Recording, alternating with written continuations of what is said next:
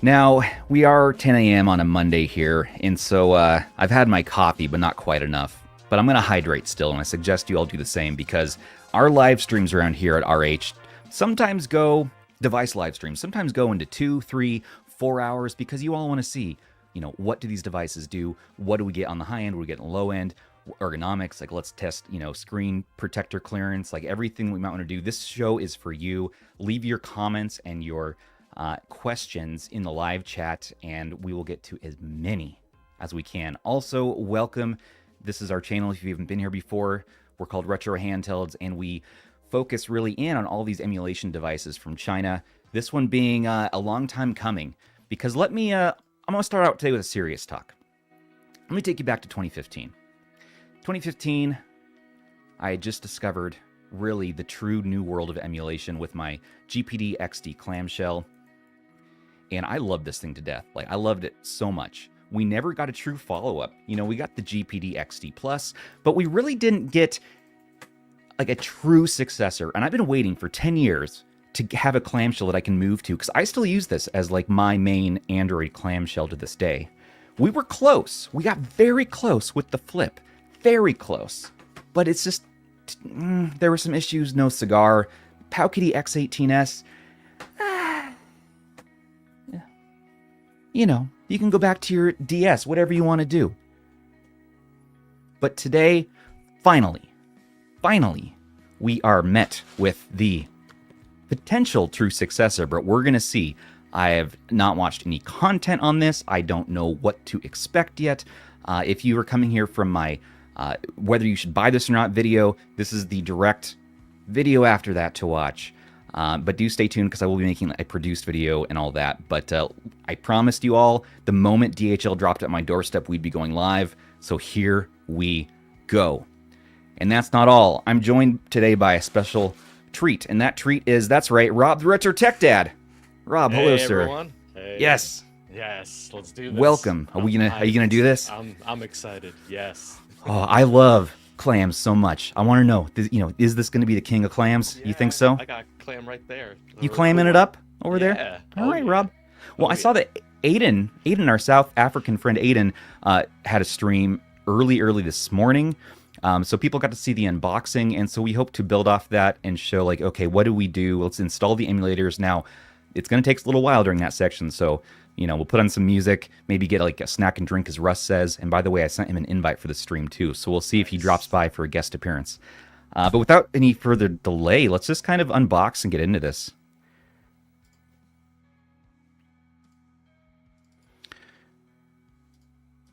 Bring my camera back to life here. 1 second. Old cam link there likes to disconnect. There we go. There we go.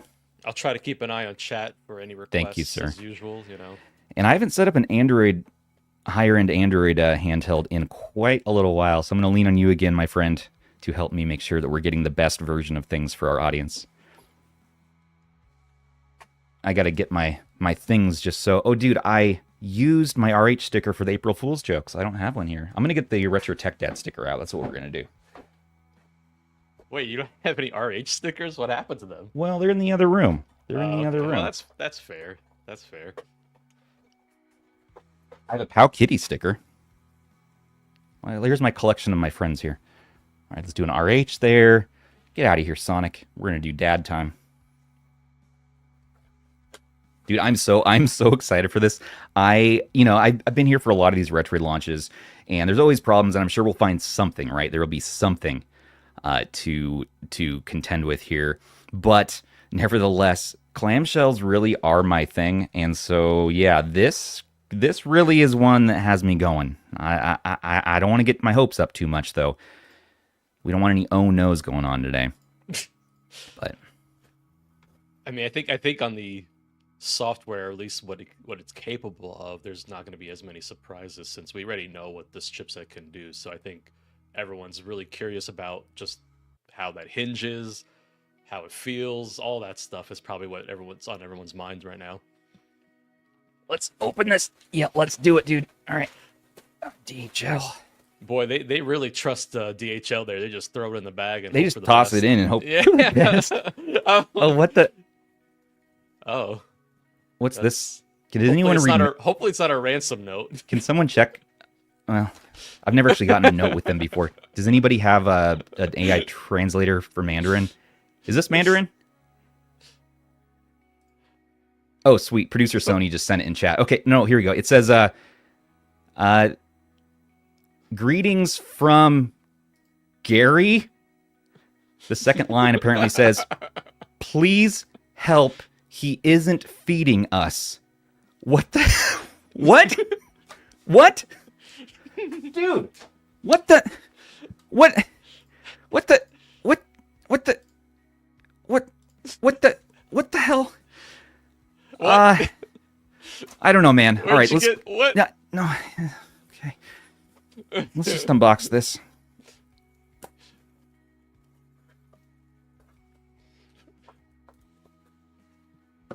I am worried about that Oh! note, though. Lanyards. Whoa. That's They right. sent all three. That's right. They're selling that with the device. They are. Yeah. Okay. Get this. Okay. Let's see here. Okay.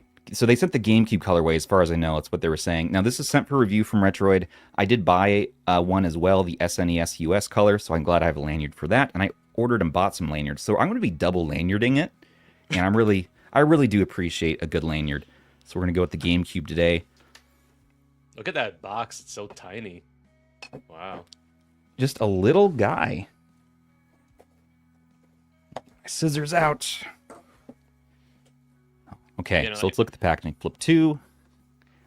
I thought that said flips. Flips. Flip Z. Flip Z. So it is the GameCube. It says this is the This should be the Snapdragon 865 variant. Rob, do you mind letting people know what the specs are in this if they haven't seen any content on this before? Yeah. Let me Thank you, pull sir. up the actual official spec sheet. This would be so much more professional if I had my box cutter ready. Okay. Scissors work. I've This done showed that up many way times. earlier. Yeah, right. This showed up way earlier than I thought. I was going to prepare the SD card perfectly and get like the latest version of all the emulators, but we're going to be doing that in real time now. We made a promise to the people that we would go live, and this will be the raw Oh, thoughts. there you go. There's the specs right there. There you go, man. Snapdragon 865, CPU 1A77, 82.8, 3 times 877 at 2.4 gigahertz, 4 times 855 at 1.8 gigahertz. Adreno 650 for the GPU, 8 gigabytes of LPDDR4X RAM at 2133 megahertz, 128 gigabytes UFS 3.1 storage. Active cooling is in this 5.5-inch 1080p AMOLED 500 nit display. DisplayPort at 1080p 60 for that video out. Wi-Fi 6 for Wi-Fi. Bluetooth 5.1 for your audio or accessories. Type-C USB port, 3.5mm headphone jack. Thank God. TF card for your micro SD card. OS is going to be Android 13 on here. 5,000 milliamp hour battery, 27 watts. Fast charging. Size is okay. We don't need that. 300 grams is the weight, but we'll compare to others. The D1100 should be available for pre-order as well shortly. I don't believe it is just yet, but I really do recommend the 865 for the most compatibility, and maybe when we get Rock next, get some Linux. Okay. Yeah, I mean, just looking at that, I can tell you that it's nearly identical to the Retroid Pocket 5. You know, it looks like it's a little bit heavier than the Pocket 5, but not a whole lot, like Not 20 too much. grams. Yeah. Okay. So, but other than that, I mean, same battery size. I mean, the specs are all the same amount of RAM, storage, all of that is pretty much the same. All right. That note was really weird, though. Okay. Hope Gary's all right. Is that our Gary, you think? It's possible. Okay. There's I mean, Zoo's been in China a couple times, so He has been. Yeah, I know. He keeps, we saw him cooking on this for a while, and I wasn't sure if they would take his final design on it, but here we are. Okay, first off the bat, let's just get like the let's get the elephant in the room Yep. spoken about. What the hell? The top. What the hell is this? What? We have like sideways Pac-Man eating like a 4-quadrant. Maybe they're saying maybe there's some sort of like Egyptian like mystery school going on here. I don't know what this represents, but hey, I could have done a Retroid logo. I don't understand really what this is about. I don't get it There's either. sort of a What does pointless. it symbolize? What is it even meant to look like? I do not know. I do not know. But let's. It's weird. I had too much coffee. Look, I'm all nervous. My hands are a little clammy, to be honest. So let's see if we get fingerprints.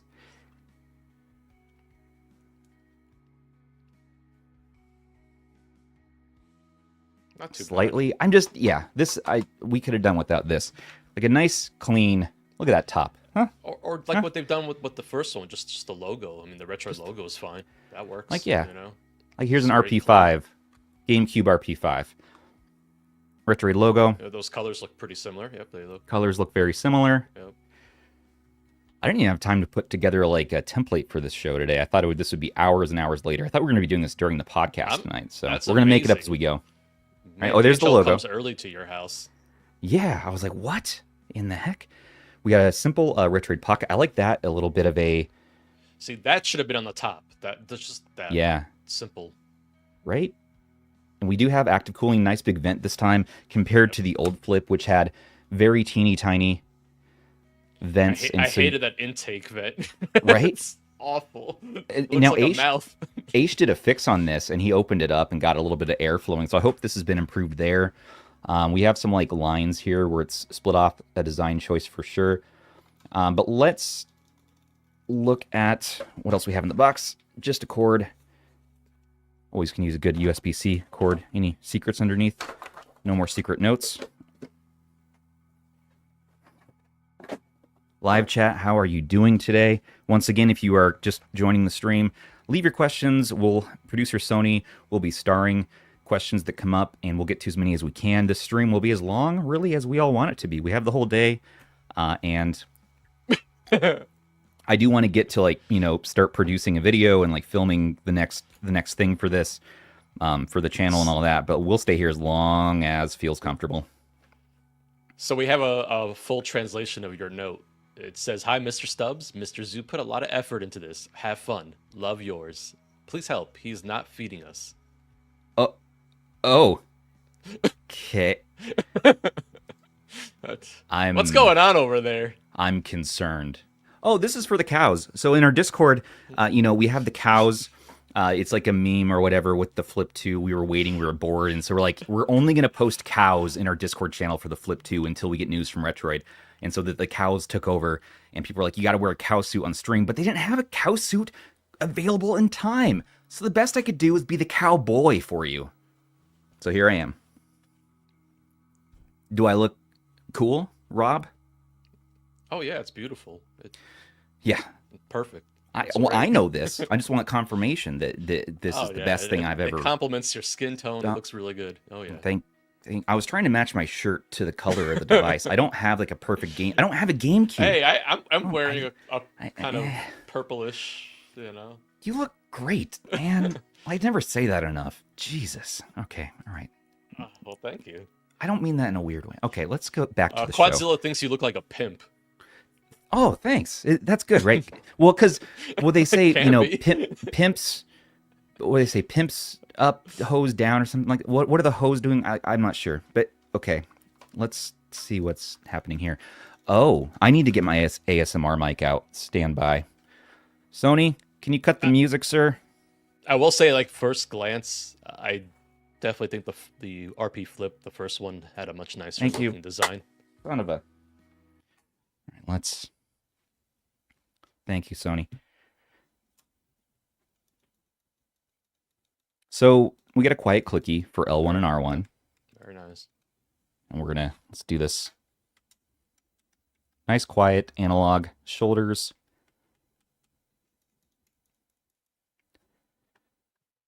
The exhaust is nice and big back there, and that air intake is awesome.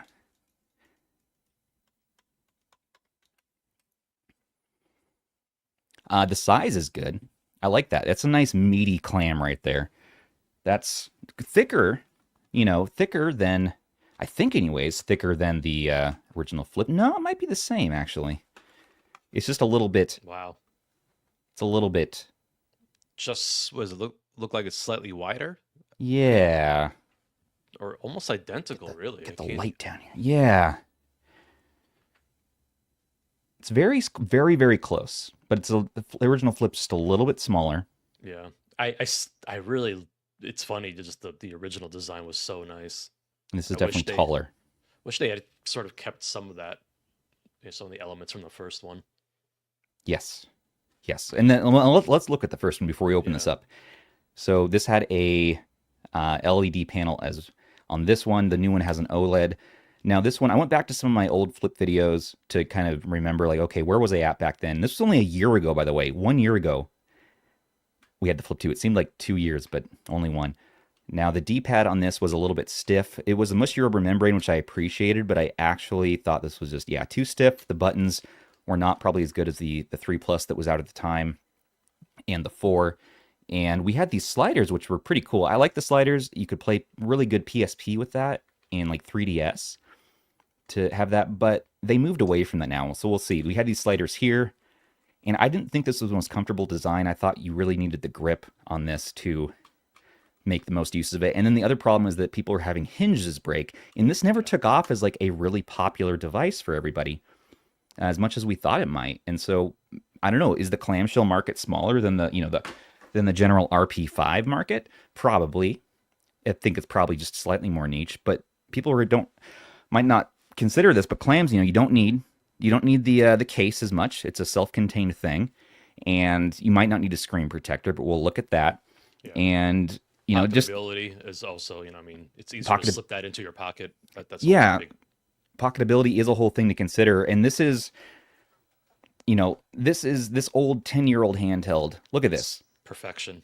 It still really doesn't just about have perfection. Yeah. Yeah, it still doesn't have like scratches or anything on it, and it's held up so well. So clamshells really do tend to hold up well over time as long as the hinge is strong, which this hinge, look, you could go straight back. This was my favorite clamshell of all time. I love the XT. So good. It is really good. We should do a retrospective video on that. I have two of them. I have the XD and then the XD Plus, and one of them I got from you, which was just cool. So I'll never get rid of that. Never ever get rid of it. The No, XD Plus was a decent jump. You could do a little bit more, and you could get a newer version of Android. Dreamcast was much better. You could play PSP a lot easier. Saturn was actually better on the original. But I love the D-pad on this. It's a DS Lite style D-pad there, and I actually really liked the comfortability of using these top sticks. And so you don't see that very often in clamshells these days. And I know a lot of people were worried about that, but we've had a lot of devices that use those top analog sticks, and it actually is a very comfortable configuration that way. So it does work really well. It may seem kind of weird, but it's solid. It's definitely proven. Yeah, right. And the Vita sticks on this. Poor Pal Kitty. Poor Pal Kitty. Now this is like an optimized version. This is one that's been fixed up, and we did a DS Lite D-pad swap and all that. But this one, I really was hoping this was the next follow-up for the king of clamshells for Android, and it wasn't. Unfortunately, it had its issues. It's not comfortable. It's blocky, bulky. Had a not T618. Was it a T618? It's T618, yeah. T618, right. They were actually the first to use the T618. That's crazy to me. So this at the time we had a compatibility spreadsheet, all that, and it was really nice to push performance. But this just was not a great experience. The screen wasn't amazing quality or anything. The shoulders were a little bit unfortunate, and yeah, it was okay, but it wasn't really what we wanted. And so a lot of us who were clamshell enthusiasts either used the XD or just still stuck with like a traditional clam, like this Nintendo DSi. I think this is DSi XL. This is DSi XL. Do you have a 3DS XL? Jay Lash was asking. I don't have one right now today, but I was thinking of getting one because as the tariffs and stuff happen, I'm thinking more about Corpo as like a comfort. You know what I mean? Like we can get them for prices we can expect on eBay. So that's they're already my in this there. country, so yeah, I think a lot of people are going to be going to the used market for things. And now, if you're looking at clamshells, you could also do Linux styled ones, and starting with the cheapo Pal Kitty V90, which had the best hinge, ever. And sorry, XD. The Flip having the worst hinge ever. And the SP, which is really smooth how what they did with the hinge. Look at that. You can go straight and you can go back. Fantastic job there for that 4x3 clamshell goodness. And XD Plus as well. Really nice. And I know I'm definitely teasing a bit here and leading up to what is this hinge, because I'm afraid to be disappointed, so I'm putting this off as long as possible. But let's do it. You know, we got to install our lanyard first. We can't. Yeah. I'm probably driving chat insane right now. Look at Sorry. this, sir. You are a master of foreplay. Well, you know what they say in that movie Vanilla Sky with Penelope Cruz, like Bringing pleasure out the classics delaying. there. Yeah, pleasure delayment it leads to greater satisfaction or something like that. So let's. We're hoping that's the case. We're hoping. What if that lead up and this is just a pile of crap, and then we're like, oh no, and we just throw it in the garbage and cut the stream off. I'm actually having problems with this lanyard, Rob. Come on, go through. So your lanyard game is not too good though. You're well, I would say the lacking on clearance. skill there. No, I'll look at the clearance for that hole. We're gonna get this though. We're gonna have to hold on. I think Zoo is correct. There's a skill issue. I got my cowboy hat tied up in the damn headphones. Always something. God. For those concerned about the toothpick I swallowed last week, don't worry. I think we're in the clear there. I'll survive to see another day. Chat's blowing up here. You're killing us, Stubbs.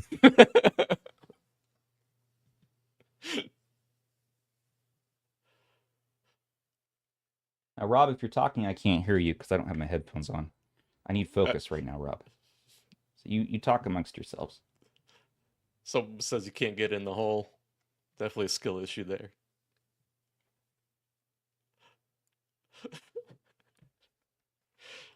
Stuff that rope through. Well, this doesn't bode well for the lanyard.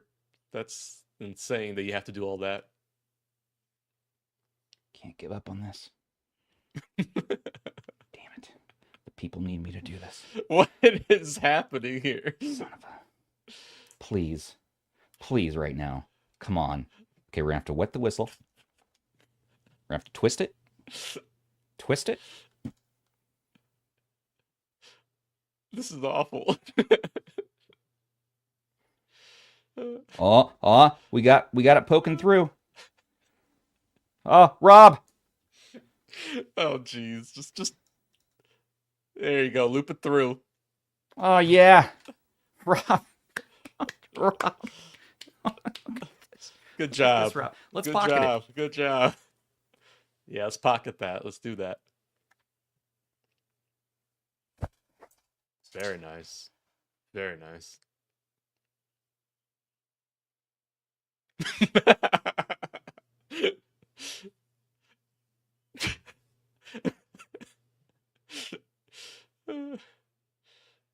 Please don't try this at home. Stubbs is a professional.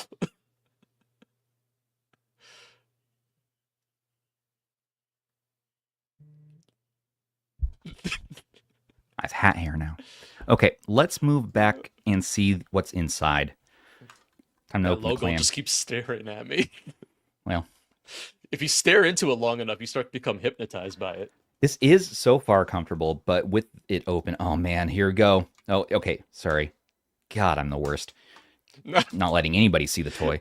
All right, micro SD card goes there. We're going to need that. We'll take a look at that. USB-C 3.5, nothing left. On the right, we have correctly placed volume up and down, which is volume up here, volume down there. Unfortunately, Powkitty on the X35H I reviewed yesterday. Wish that was the case, but this isn't a Powkitty. Okay. Okay, so we have 5.5 OLED 1080p, 500 nits. Oh, we have the...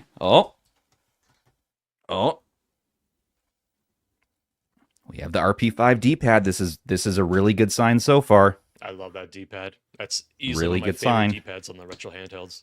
Really good sign. Yep. It feels nearly it's identical.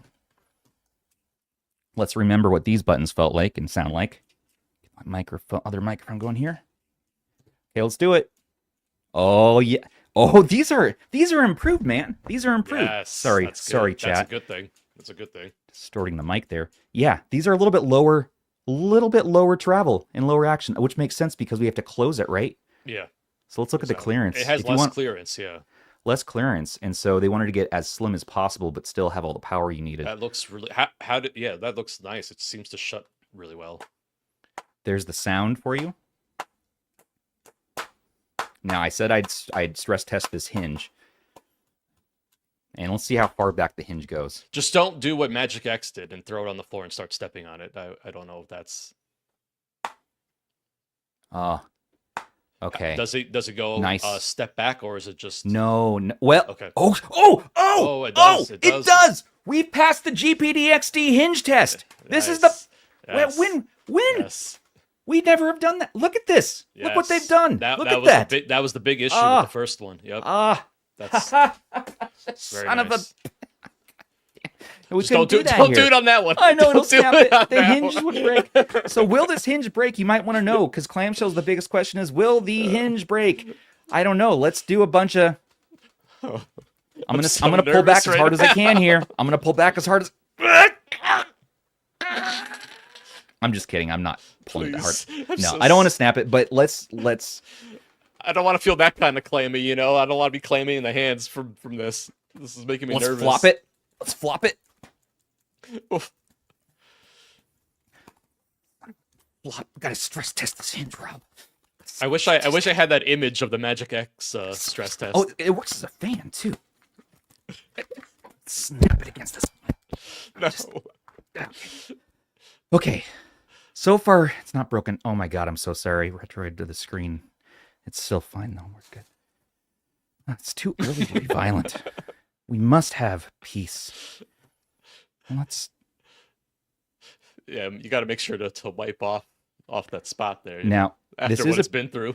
This is a pre-production unit. Now, look, I banged it right up against that microphone. Still spotless. Hinge still going strong. Now, they have a nice... Look at this. There's no steps. There's only one step. You can open it like that. You can hold it right there. It'll stay. Right there, it'll stay. Right there, it'll stay. Boom, it snaps into place there. And then pop, you snap it back. That's Oops, nice. You're back into reality. There goes gravity. When you have it all the way back, just like shake it like slightly. Just it comes. It comes right back. Okay, yeah. Yeah, it'll come right back. Look at that. So you do have to like not see it. It wants to snap back into that position, but it will stay there as long as you're not being a crazy person. That's pretty good. I mean, the way you're moving it right there, yeah, that's insane. Way better hinge. What's in that clicked in position, it seems to hold really well. And people wondering about screen protector, look at that. You do have slight clearance for a screen protector. See? Yeah. As long as it's thin, they've thought about that ahead. Now, I do the same thing on the old XD. But on the XD, you didn't have clearance, and so I usually take the screen protector off because it adds a little bit, and so it doesn't fully close. There's like a slight gap, and that bugged me, so I just took that screen protector off. And let's compare to this. Now, this is the tried and true clamshell. Look at that, a little bit less shake to it going on. It's a little bit more strong there, I think, with holding the screen where you want it, but definitely an improvement over that. This was a nice try. It really was a nice try. It's funny because like on the outside, the exterior looks really good on the Flip 1. But it really does. The interior, when you open it up, the Flip 2 looks really nice. It actually looks much nicer once you've opened it up. You don't see that logo anymore, and it's like you just forget about it. Yeah, you really do. Yeah, I mean, that looks nice. That looks really sharp. Let's move on to the next part of the device, though. So we have two front-firing stereo speakers here, which is nice to see. Now, your hands, depending on how you hold it, will cover those a little bit. So that could have been... You could have had speakers down here, but I think you're going to have a little bit more vibrant, clear, crisp audio as long as you are cognizant of where your hands are placing. And now I have larger than normal hands. So when I talk about ergonomics in a second here, we are talking about somebody who's maybe a little outside of the norm. Now, a lot of, stay-at-home IT dads have large hands, it seems like, and I am one of those. I also have strange, indifferently thumbs than a normal person. And so Yeah. like take those grains of salt when I'm talking about ergonomics for me. But for me, this is so much more comfortable than the freaking Flip 1. Like, dude, seriously? Yeah, this drove me crazy. I actually didn't use this too much in the end, but I always appreciated it and I always wanted to have one around. But this is like the old XD ergonomics. And better than Powkiddy because it's not so blocky and cutting you. Like the hinge would like cut you. Let's put my finger right in there and see if I can injure myself, like the old Powkiddy did. Oh, stick it really in the fold. I'm doing this for science. Okay, no, we're good there. Really nice ergonomics so far. Now you can reach the shoulders just fine, and you can reach L2 and R2, and that all feels really good. The sticks click in.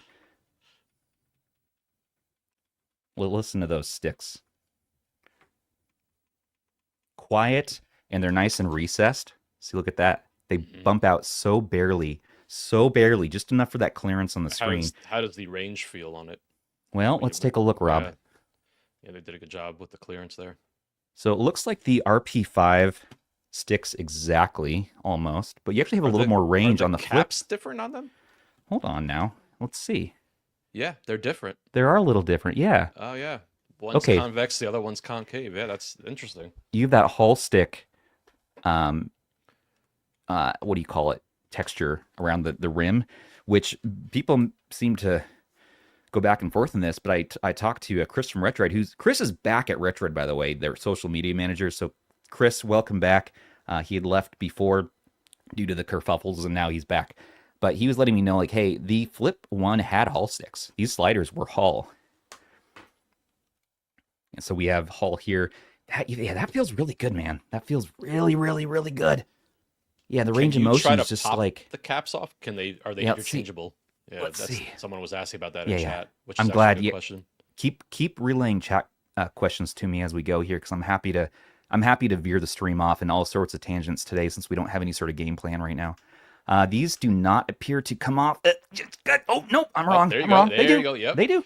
So what someone was asking is, can you take the ones from the RP5 and put them on and try to close it? So to answer your question, yes, you can take Stubbs nubs and actually replace the sticks. So you actually can, if you want to have a little pain in your life. No pain, no gain. And that, unfortunately, you have Please to don't close over. the screen with that one on there. So you're not gonna. Yeah, unfortunately, this will cause lawsuits for me. So please don't buy this for the Flip 2.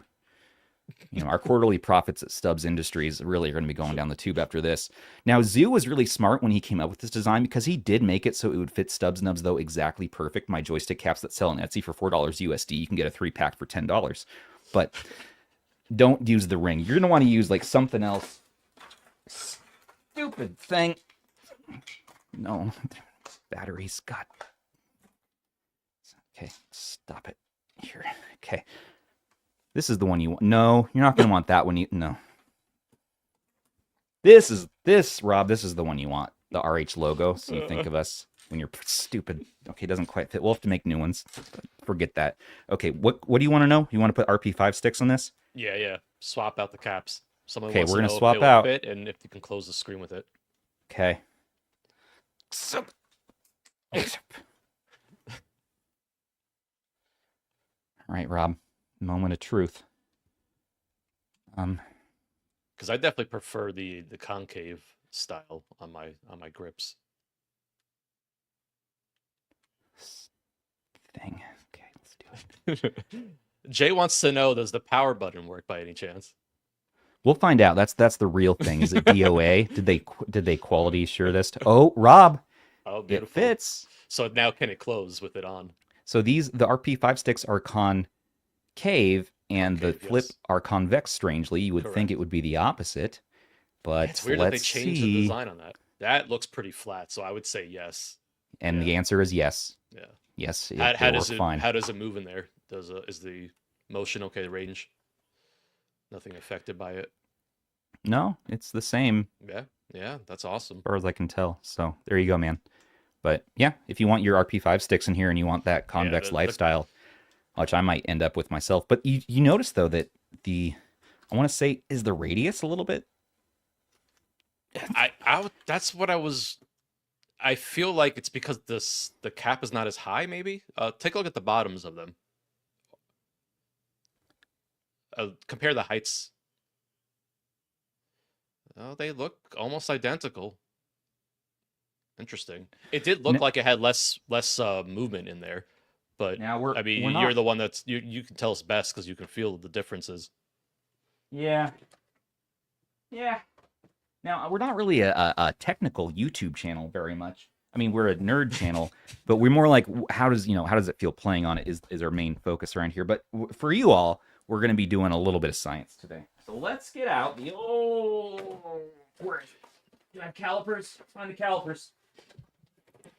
Oh, here's my heat gun. My tape measure. I got a little tape measure because I don't have a lot of length to measure. Okay, let's. Oh. Well, I mean, for today we're gonna have a lot. Oh, my calipers. Oh my.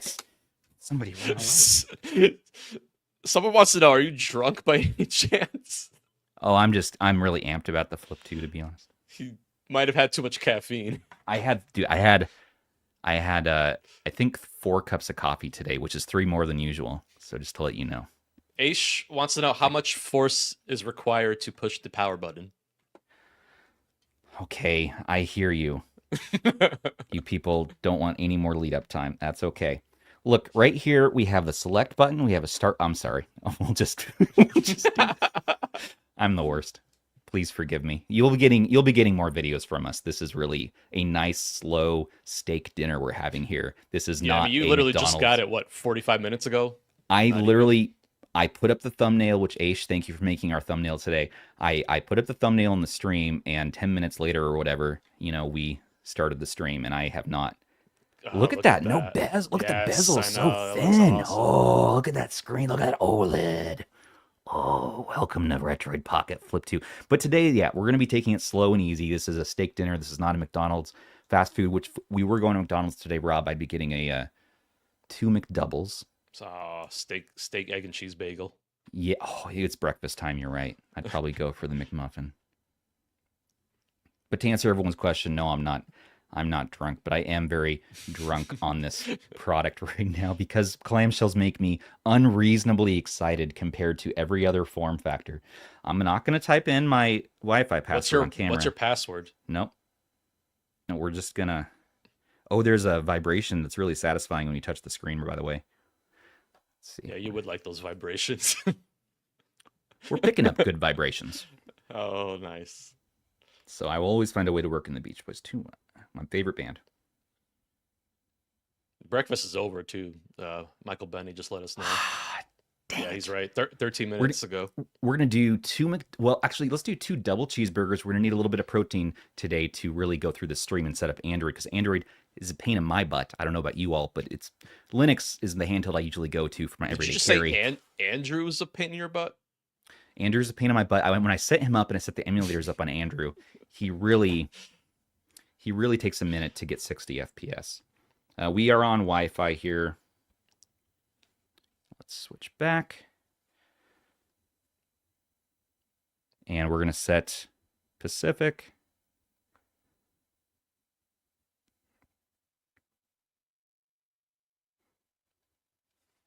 Yeah, people who haven't seen us before probably think I'm just absolutely insane, but that's okay. Okay, so chat wants to know: do we have any Stubbs right now, or is this your Audi? Yes, this is. You know what? Yeah, it's daytime. I would normally be at my day job right now, so we're getting. So you are any Stubbs? Okay, yeah. Well, no, I'm any Stubbs to you all when you see me. I'm Audi Stubbs right now, which is like my other life. Oh, that's true. Where I'm much You're just not triple day working right now. Yeah. I'm triple crazy. I'm triple insane, man.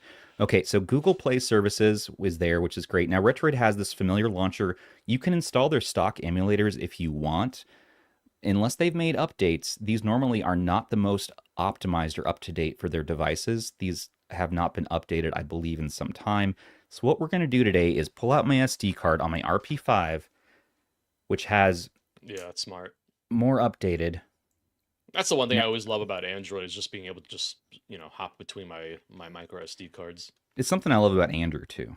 But yeah, I mean, like, generally rule of thumb is don't bother pre-installing the emulators that are there. It's a waste of time. Yeah, no. Except for Shattered Pixel Dungeon, which is kind of a cool game. We're going to say next. Launcher, you can do the Retroid Launcher, which they have a new one. I was seeing in the ETA Prime, like had a YouTube short the other day. He was talking about that. And you can select that or your normal AOSP. Which, what do you think we should do? Should we look at their new launcher first? I mean, you know me, I'm a heathen. I don't right. use launchers. I know. I go straight into Android. So this looks familiar if you have an RP5. Let's say, so it says, welcome to Retroid Launcher. Let's start the simple boot program. If you're already familiar with using it, you can choose to skip. So let's just say for people who haven't seen this before, and it's been a while for me. Please select this button, press A key. Okay. Oh, look at this. So yeah, you can download their front end stuff. But today we're not going to really be setting up front ends. So let's just, but if you want to, you could go in there. You could download platforms, match it to your ROMs. Does that say all PlayStation? All platforms? I thought it said all PlayStation. I'm like, why is Kirby there? All platforms. Okay, this is the usual thing you would see. Your menu for Android, you would see from your RP5. This is Android 13 here. We have the performance profiles, the fan settings. Yep, and let's test that fan out. Speaking of. Yep. Oh, we're getting air, man. Getting air.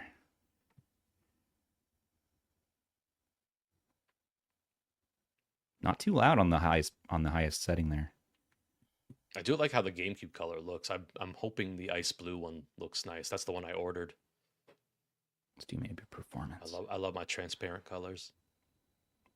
Now, normally you should be able to be on standard okay on the Snapdragon 865, and the governor will step up to what you need. I usually do performance and then just the smart fan setting, and that honestly, just set it and forget it. Basically, that's gonna meet most of your needs. Thank you, Robbie. I was going to lean on you for that one because you've been testing the RP5 longer than I have. Overall, I believe. On the fan here, yeah, like you were saying, it's on quiet by default. You could step it up to sport if you want to hear the max sound. Let's take a listen just to make sure we didn't miss that. And for just for the chat to know, the D1100 model hasn't gone on sale yet, so it's going to show as being sold out on the website, but they haven't actually started selling that yet. So that's right. I think they want to do the Snapdragon models first and then get to the D1100. That's right. So we're going to choose Smart today. And for the L2 and R2, you do get the both option, which is what you want. So it's going to use the analog and digital modes combined for what, depending on your use case. Retro style for the controller is what I'm used to, so we're going to stick with that. We do have Bluetooth if we want to test that today. We can do video out testing as well. The Classic, as you know, does not have video out. And the Classic, people asking, when is that coming? When do we see early reviews for that? I don't know. I asked David before the stream to see from Retroid to see if he would answer about that, and I'll let you know if he responds. But we don't know when we'll get units. I have no information about that right now. Hopefully this month. Okay, let's put this micro SD card in and get to setting this thing up. Is there light joystick lights? Oh yeah, good question. Let's find out. I saw the setting there, but I don't think I've ever seen it with the lights on. Well, if there is any. Yeah,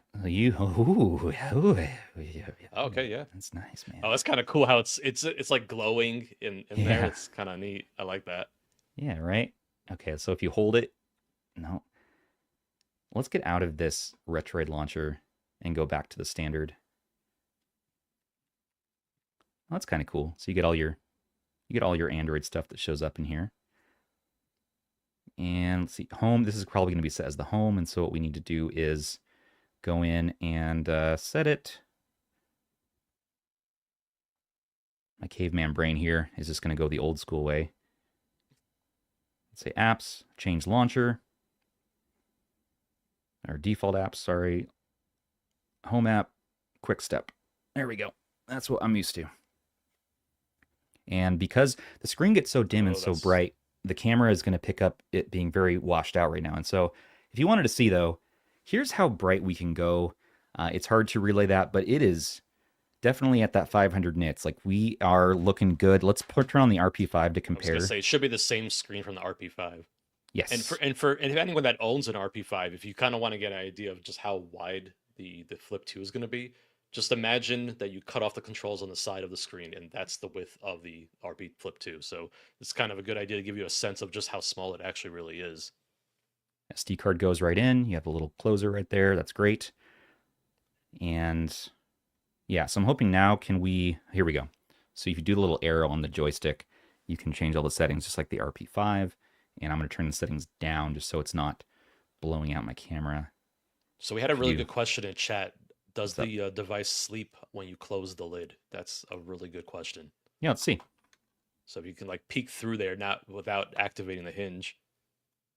Yeah, it looks like it just turned on. The stick wasn't all the way down either. So let's do... Kind of very Wait, hold on. Yeah, let's try that again. I definitely see it turning on. So it does. Yeah. But let's see when at what what does point? it activate. Yep. Right there. There right you go. There. Yeah. Okay. It'll be interesting to see like just standby times too in terms of battery performance. I think the mic is not on, or you have some type of noise gate on because we're not hearing anything. Well, it was worth a shot. StreamYard has its own... We have all effects turned off today for everything, and so it shouldn't be. But StreamYard has some sort of built-in situation going on. Okay, we wanted to compare the screens.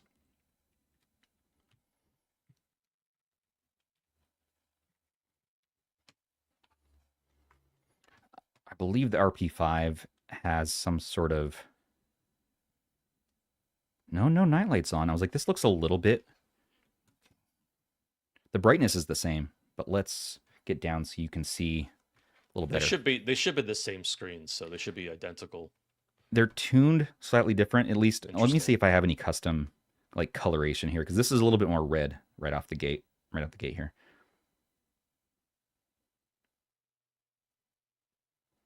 And now for those rewatching this, we'll add in the timestamps. The stream becomes more hinged at this point in time. We will be diving into a little more serious mode as we dig into the device here a little less of the crazy. Okay, let's look at this. So we're just in the standard color profile on the RP5, and let's pull out... What should we show? I guess this is fine enough. Come on, camera. Let's get this right up against... We got Derek in chat. He wants to know if they're less clacky than the RP5, and I think you already answered that and said they're slightly less clacky. Yeah, it's a little quieter because they're a little quieter, a little shorter travel, which I think they're the same buttons, but I think they're just because that's shorter travel. And if you want to see what I'm talking about here, they stick out. They stick out just a little less. Is it me or does the green? Yeah, the green is different. Slightly. Right? Yeah, it's slightly different green. Yeah, they got. I think the green is much more accurate on the Flip. And you also have this like little, see this little like SNES style outline around the buttons versus the circle. I like that. You know, I kind of like that too. And we were actually going to, and so yeah, just once again, the screen is a little bit more red, slightly red tinted on the RP5. And let's see if we have any colorization going on the Flip that might be skewing that. But as far as screen tuning, let's get the dark mode on. Which maybe it's just the dark mode being off is what it looks like. So this is on standard color profile as well.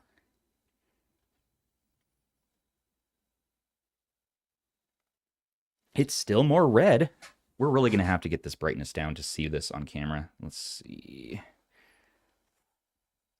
So you're seeing a little bit different color than... Yeah, the tuning on the display. Temperature is different on the display? Yes, slightly. So, it is very slight. It's very small, but yeah, we have a little bit more red tint on the RP5. I was going to say, where you have it right now, you can actually see it in the icons on screen. You know you can see that, right? Yeah, it's the icons. I can see it now, yes. It's a little bit more red. And that's let's interesting. Turn my light off and look at this in the dark. Let's see how dim we can go. So here's the dimmest setting, which is about the same, but you can still see the slightly more red tint on that panel versus the Flip. Here's something else I'm noticing too,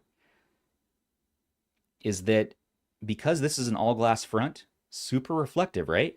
This one, I almost thought it has an anti-glare coating, and it might because the reflections are just so much less insane. You know what I mean? Like, look at this. So, reflecting my studio light, crazy. Okay, so I think they're the same, but it's just this doesn't have an all-glass front. And so, you see what I mean? Like, this is reflecting everything, whereas this is reflecting too, but it just looks less annoying. Scientists out there, let me know. Just looking at this, does this mean anything to you?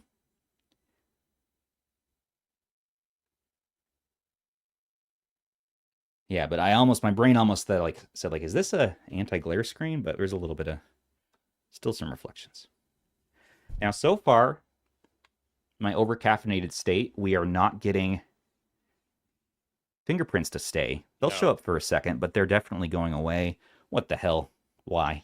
I'm curious. Why?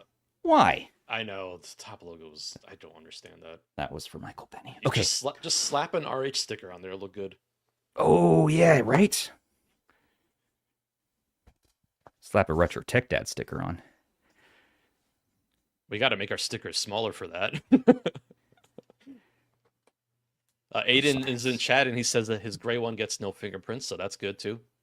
That is good. Much better. These are $1. These are $1.99. $1.99 stickers in our YouTube description down below. Put your favorite sticker on though. Let's see. Did I get that about right? I like Kevin in chat saying get a Dremel and a GameCube Jewel from the disc tray. That would look really sharp. That'd be good. Yeah, that would look cool. Oh no, I don't understand the design choice on that. I think people are going to have a lot of fun just kind of messing with that and coming up with different designs to put on there. We broke the rule of threes here. People don't know this. I was in. Aiden interviewed me yesterday, and that episode with me will be out like soon. But I was talking about the rule of threes, and my layouts in my life, I do threes. So 1, 2, 3, 1, 2, 3, like an OCD thing. Okay. By the way, the sticker is technically upside down. Oh no. You could thank Zoo for pointing that one out.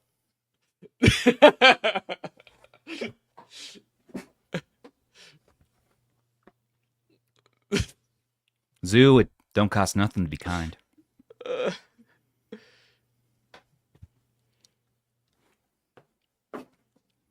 All right, what's next? What do you want to do, Rob? What should we do? Set up emulators? I don't know. What does chat want to do? Let's just open up the built-in game first. That's what I always do when I get these handhelds. I'm like, I'll worry about setup in a minute. Let's just see how it feels. I like when they include at least one test game, open source. You have I like the rumble on this, by the way. I can already feel the haptics, and those feel good.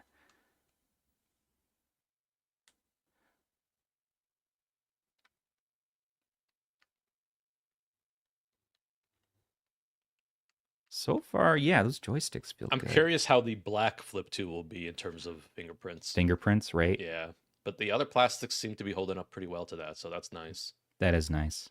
It's real nice. I like the background, too. Look at that. Retroid Pocket Flip. The purple. Again, though, OLED panel. Really beautiful 1080p here. AMOLED, if you want to be actually about it. And let's get going on getting stuff set up. Rob, entertain the people. I'll give you a topic. Retroid Pocket Flip 2 is the topic. Okay, let's go. Michael Benny would like for you to get Tears of the Kingdom to run at 30 frames per second. Oh, no, Michael Benny, no. Yeah, we could do some Nintendo stuff. What's Nintendo going to do anyways? Take us down? They're too preoccupied figuring out things with the Switch 2 right now anyway, so we're good on that front. Yeah, right. Yeah, what is going on with that, by the way? Oh my goodness. Oh, it's crazy stuff. We'll talk about it on the podcast tonight. I was going to say that's probably going to be a topic for tonight. We'll save it for tonight. Oh yeah, we'll get Ban's thoughts on that. Okay, enhance.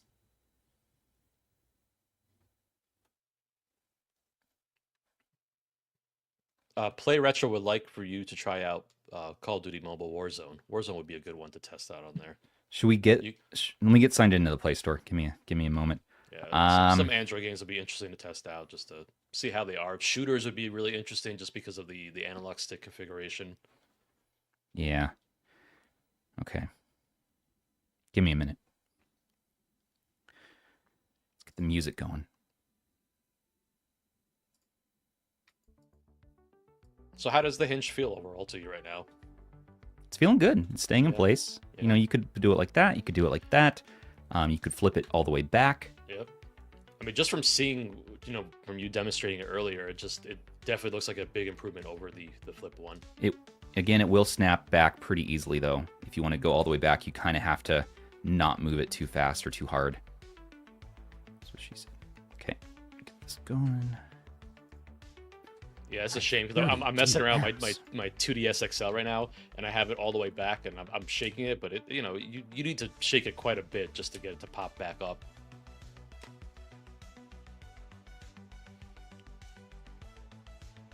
It'll be interesting to see how it holds up in terms of just long-term usage.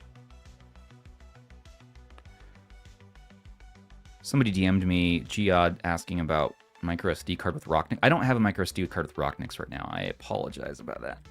So we're not going to be doing custom firmware today, but there is more content on the way. Yay.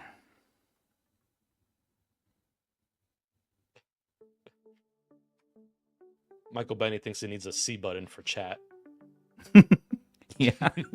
Yeah. What the hell, Nintendo? What are we doing? What are we doing? Innovation. Here? That's what they're doing. I don't know what's up with that. You know what got me about the Switch 2 is so expensive, and it's going to be even crazier because tariffs and whatever. Like, I'm more excited than ever about some of these retro handhelds coming out because it's just like, what a value. But unfortunately, the tariffs are going to affect budget devices, anything under $800. And so it's such an unstable time for this hobby we're entering into.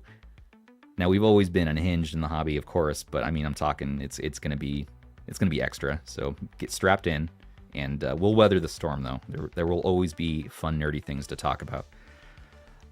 Okay, give me just another minute. My password is so long for Google. So be honest, you're resetting your password. Shut up! Shut up! Shut up!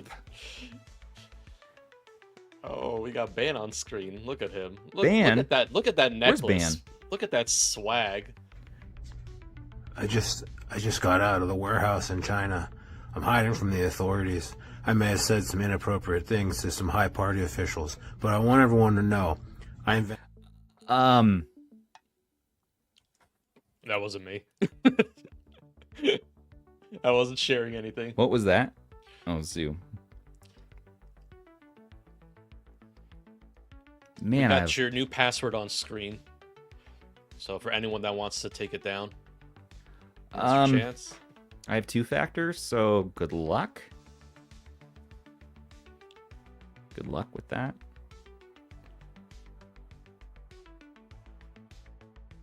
Wait, how do you know my password? Well, chat shared it, so I'm just putting it on screen.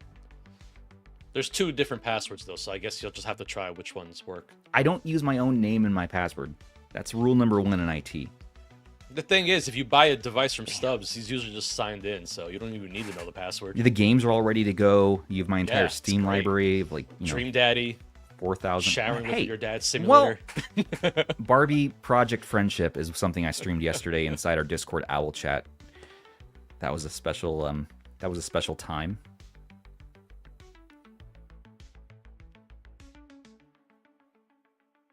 Yeah, I think the Switch 2 chat later tonight will be a lot of fun. I think we're all going to have a lot of thoughts about that. Okay, come on. Okay, we're ready. We're going. I like how your RP5 is asking if you're trying to sign in on your other device. Oh no, it's I hate signing it to Google because what happens is like 15 of my devices just like go crazy. There's my like, hey.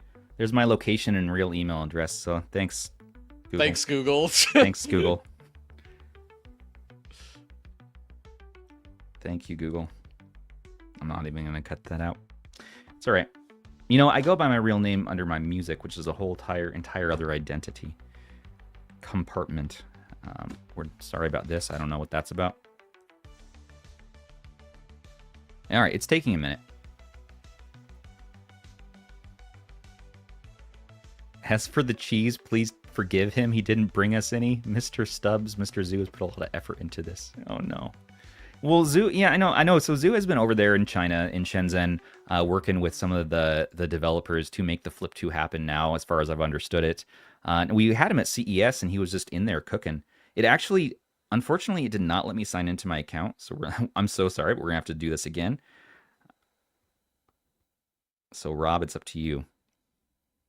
You're signing in again? We're going to go into serious talk. Yeah, and it kicked me out. I don't know why. We're doing a serious talk? What's happening right now? You're doing a serious... I don't know. Tell Why the people am I something. doing a serious Inspire the people. Inspire them, please. Play your handheld devices. Play your games.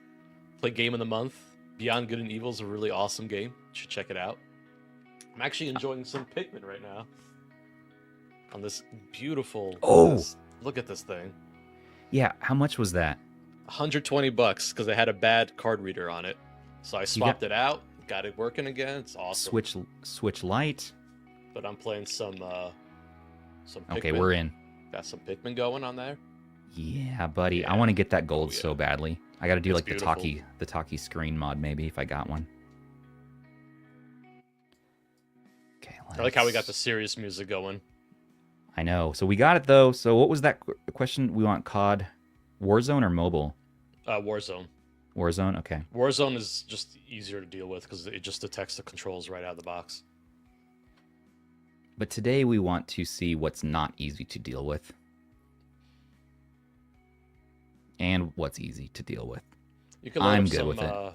first-person shooters on there. See, I love maybe for like yeah, first-person shooters, and let's see how these sticks are, right? But I Yeah, love as a exactly. YouTuber that we can flip this back so I don't get the reflections, and like it's easier to see what's going on the screen. That's And a ants. big deal.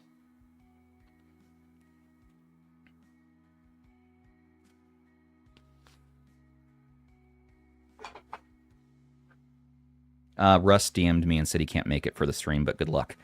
So he should have a video out tomorrow morning if it gets to him if the Flip 2 gets to him today. So stay tuned for Russ's first look video. I know a lot of people are really waiting just on his opinion of whether he likes it or not. And so today we will not get it, but tomorrow we should. I need a second sticker. Should I do Retroid? Do another. Watch Russ's video. I need to get some more RH ones down here. Oh, look at that. Look how fast that download speed is, though. What would we say? Wi-Fi 6 is in this? Oh, I like the buttons. I like the soft clicky buttons has for Wi-Fi select, 6. start, power, home. And it has dedicated Android back and home, right? I just saw that, yeah. Yeah. Which is nice. I like that it's just right there. It's just right there. And Call of Duty is almost done. You know that we're going to have to be waiting, though, for I know. downloading. I know. And so that's the hardest thing that, you haven't had the chance really to set it up yet. So yeah, it's just going to have to be patient with us. You're going to have to be patient with us. Yeah, this is... Luckily, we'll put timestamps when it's all said and done, which thank you, Ban, in advance for helping us with that. And we're going to get timestamps in, and then you can fast forward to just your favorite parts, and we'll break down, each little thing that we do in the stream. We can skip over some of this. Do we know when this is shipping yet? Has Retroid So, indicated when they're planning on shipping What'd they this? say? As far as I know, Is it middle? it's shipping April 17th, last I recall from our mega thread on our subreddit. Okay. The r/Retroid is the subreddit. And that's going to be the most up-to-date news that we add there. Or just go to goretroid.com. They usually add subtle notes at the bottom of the product page to show you what's happening with the device. Yeah, there you go. We have it on Mid-April right is now. what they say. Yeah, mid-April. Yeah, I know Oh, a wait. lot of people are because we had some questions about it arriving before the tariffs go in place for U.S. customers. So it's just I'm concerned about that too. Exactly. it's Because tough, yeah. while you already paid for the device, what would happen is that you now, if it arrives after May 2nd, now you'll be charged a $25 import fee that you need to pay to receive the unit if you're in the US. And starting in June 2nd, you're going to be paying a $50 import fee. If these pass, if this goes into law or what have you, again, this is a fluid situation, and we don't know if those are going to stick or not. So we just don't know. But so far, yes, it's not looking great. 1111, that's a serendipitous I'm number. just going through some of the questions I started. Might as well. Where the hell? For that to download. Yeah, I'm looking. Do you, by any chance, have an Indigo RG34XX? Indigo 34XX? No, I have the. Yeah, to compare the colors. I have the Glacier, unfortunately. Do I have any other? I'm thinking. Any other Indigo products? I have a 351p. Hold on. Do you have an actual GameCube? Yeah, and if you have any other questions, chat, just put it in. I'll try to star them, and we can try to get to them as much as we can. Let's see.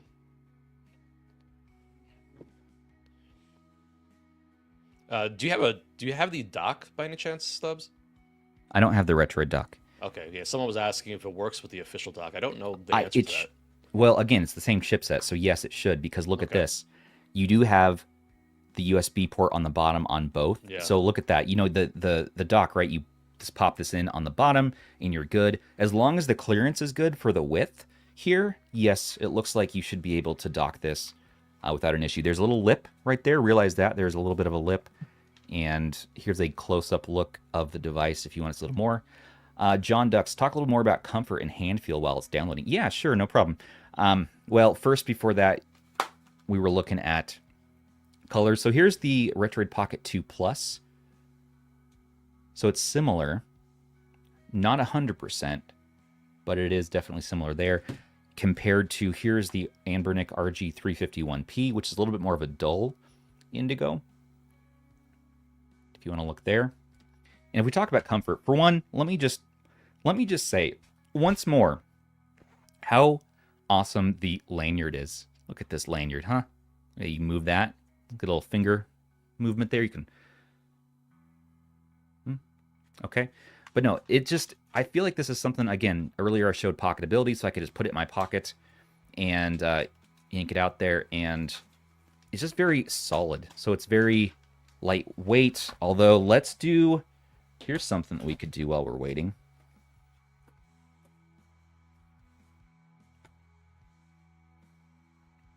So they said, what, 300 grams? They said 300 grams, yeah. And RP5 is 280 grams for comparison. Well, the sticker must add, and the lanyard must add 10 grams. I don't know. Do you really think your sticker's 10 grams? Yeah, that's impressive. Well, you know what's funny, man? You know what's funny is how much is the battery right now? So we're at 90% battery. So when the battery is fully charged on a device, believe it or not, it adds a little bit to the weight, a noticeable, measurable difference. And I didn't realize that until I was dealing with the Steam Deck OLED, transparent versus not, on which to get. And I went deep dive into research, like what is technically lighter. I want the most weightless, I can get with it. So you only play with 1% battery. So with 5% battery. Yeah, 1% to 5% battery gives you a lighter weight. Also transparent plastics. So if you get like the Baja Blast colorway for this, the transparent plastics are slightly lighter weight, but you might have more of a chance of snapping the hinge, as we saw sometimes with these things. Although it was the Sport Red that was more prone to snapping the hinge versus the Watermelon transparent. So maybe I'm just crazy, but yeah, a smaller, more pocketable one might be the Anbernic SP, which also goes back all the way on the hinge. And I really, once again, want to call out how much I love that it does go all the way back. That is so freaking nice. Oh, this is brewing, though. This is brewing to be my everyday driver for Android. Can't install Warzone. Now, I want to call out a pre-production unit. And so I asked David from Retroid, what can we expect as far as... hey Rob, welcome back. Hey. What can we expect as far as issues with this? Are there any known things they would like to call out and let us know about ahead of time, or do they want us just sort of to discover and find and then become unhinged about it?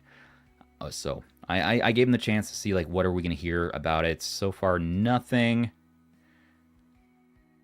And just looking through my DMs real quick. Oh no, Retroid David did reach out. 1. Okay, sorry. He has 3 points he'd like to say. I'm incorrect. So let's talk about this real quick.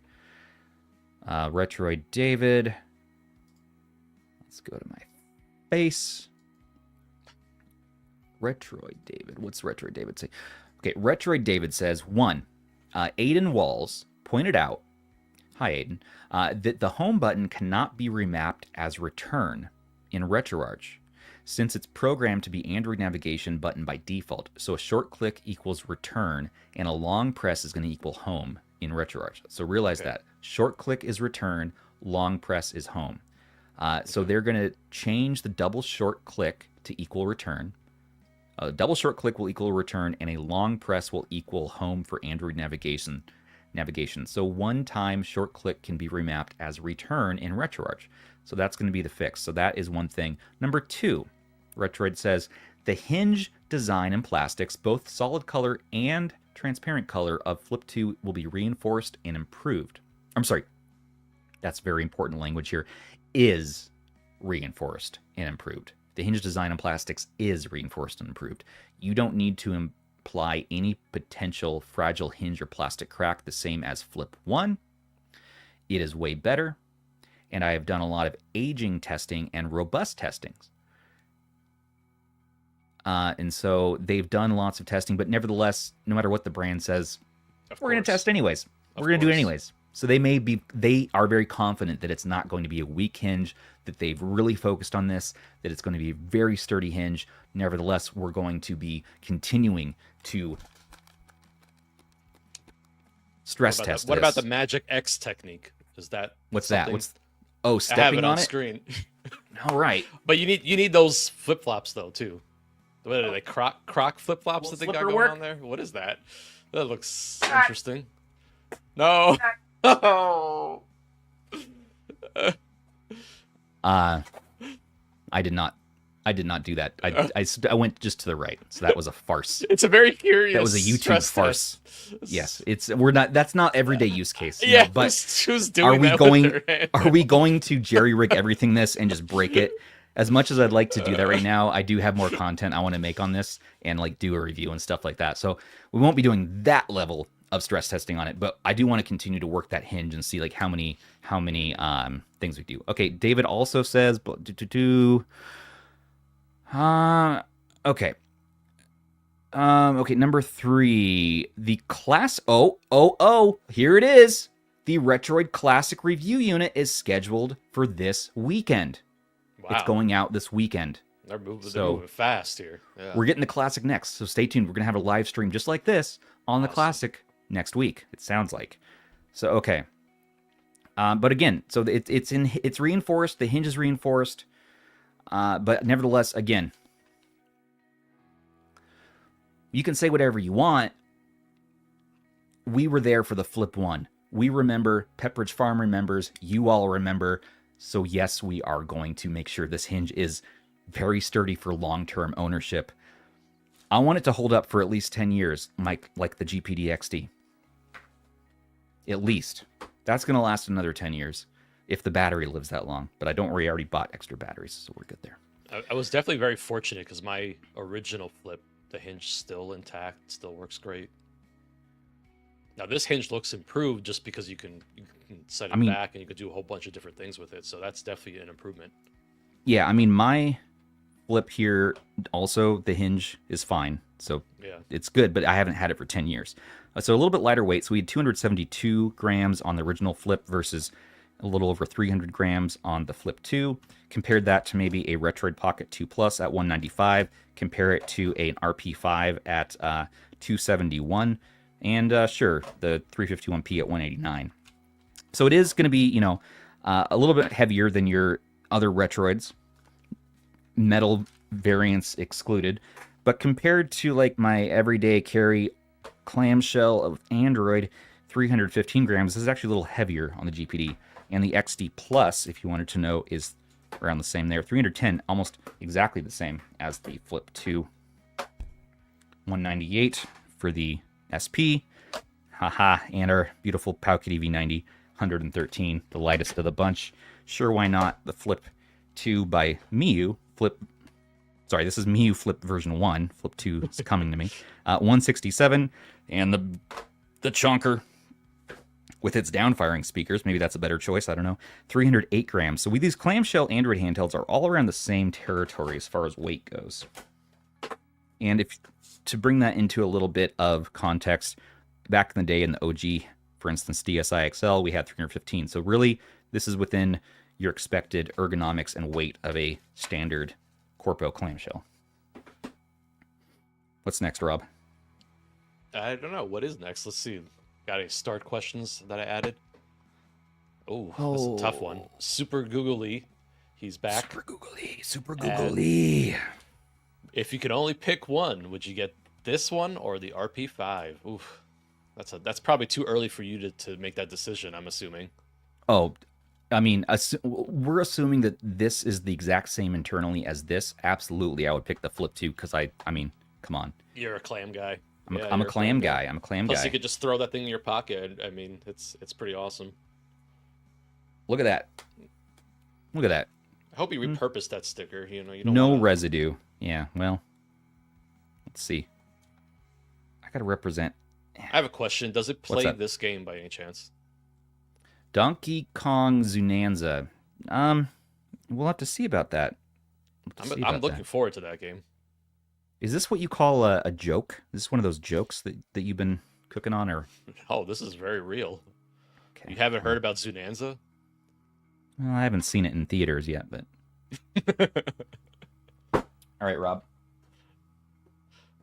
Well, I'm waiting for chat to feed me some info. What do you guys want to see? What does everyone want to see? Can it play Doom? I'd say yes. Retrospect wants to know if it plays Doom. I think so. Can it run Crysis? Yeah, it probably can. I with did that it later. Wi-Fi 6, we should be able to stream, right? Yeah. Do you have any streaming services? That's a quick one that we can test and just test GeForce analog sticks. Let's do it. Let's do let's GeForce go. Now or Xbox Cloud, any of them, So I don't know why Warzone wouldn't install. I'm gonna try it again. But we're gonna discover here. So this is live discovery. We heard that Aiden Walls in his live stream, Retroid was saying that the home button cannot be remapped as return, and so they're going to change it to a double short click for return and a long press for home and Android navigation, which will be able to let you map return in RetroArch. And again, yeah, they said the hinge design is reinforced. So far, that seems to be holding true. And the classic review units, if you're wondering, is coming this weekend. Again, that's what's happening there.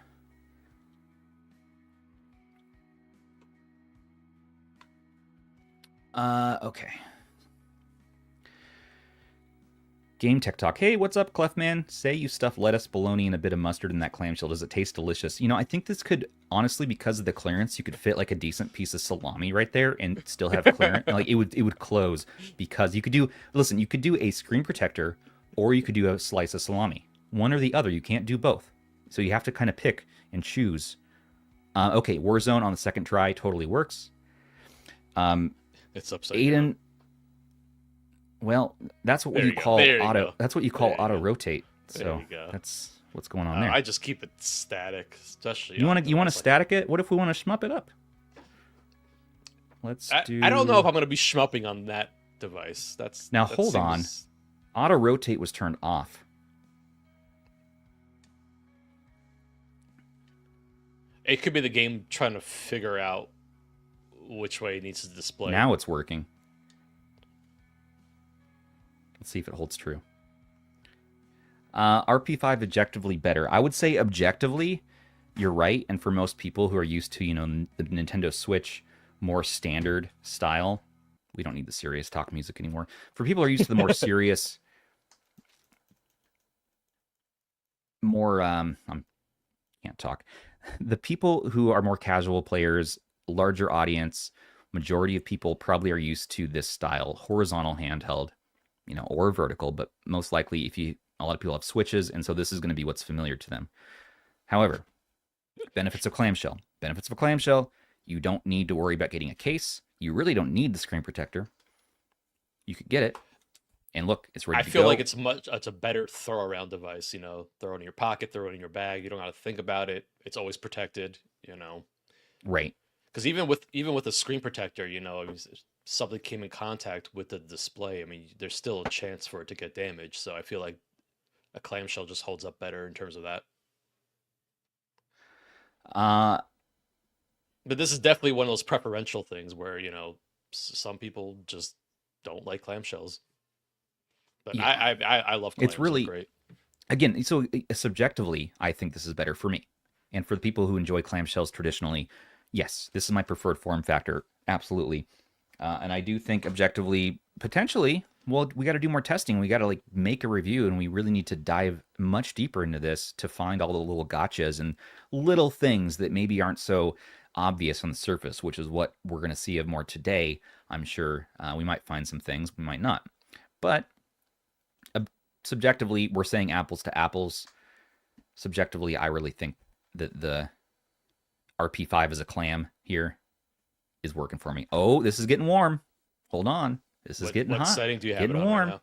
Well, is it the quiet setting that you have? We're doing the smart set. We're doing the Retro Tech Dad special. We're doing the smart setting for the fan. We're doing a performance mode for the And how processor. kicked up is the fan right now? Can you hear it?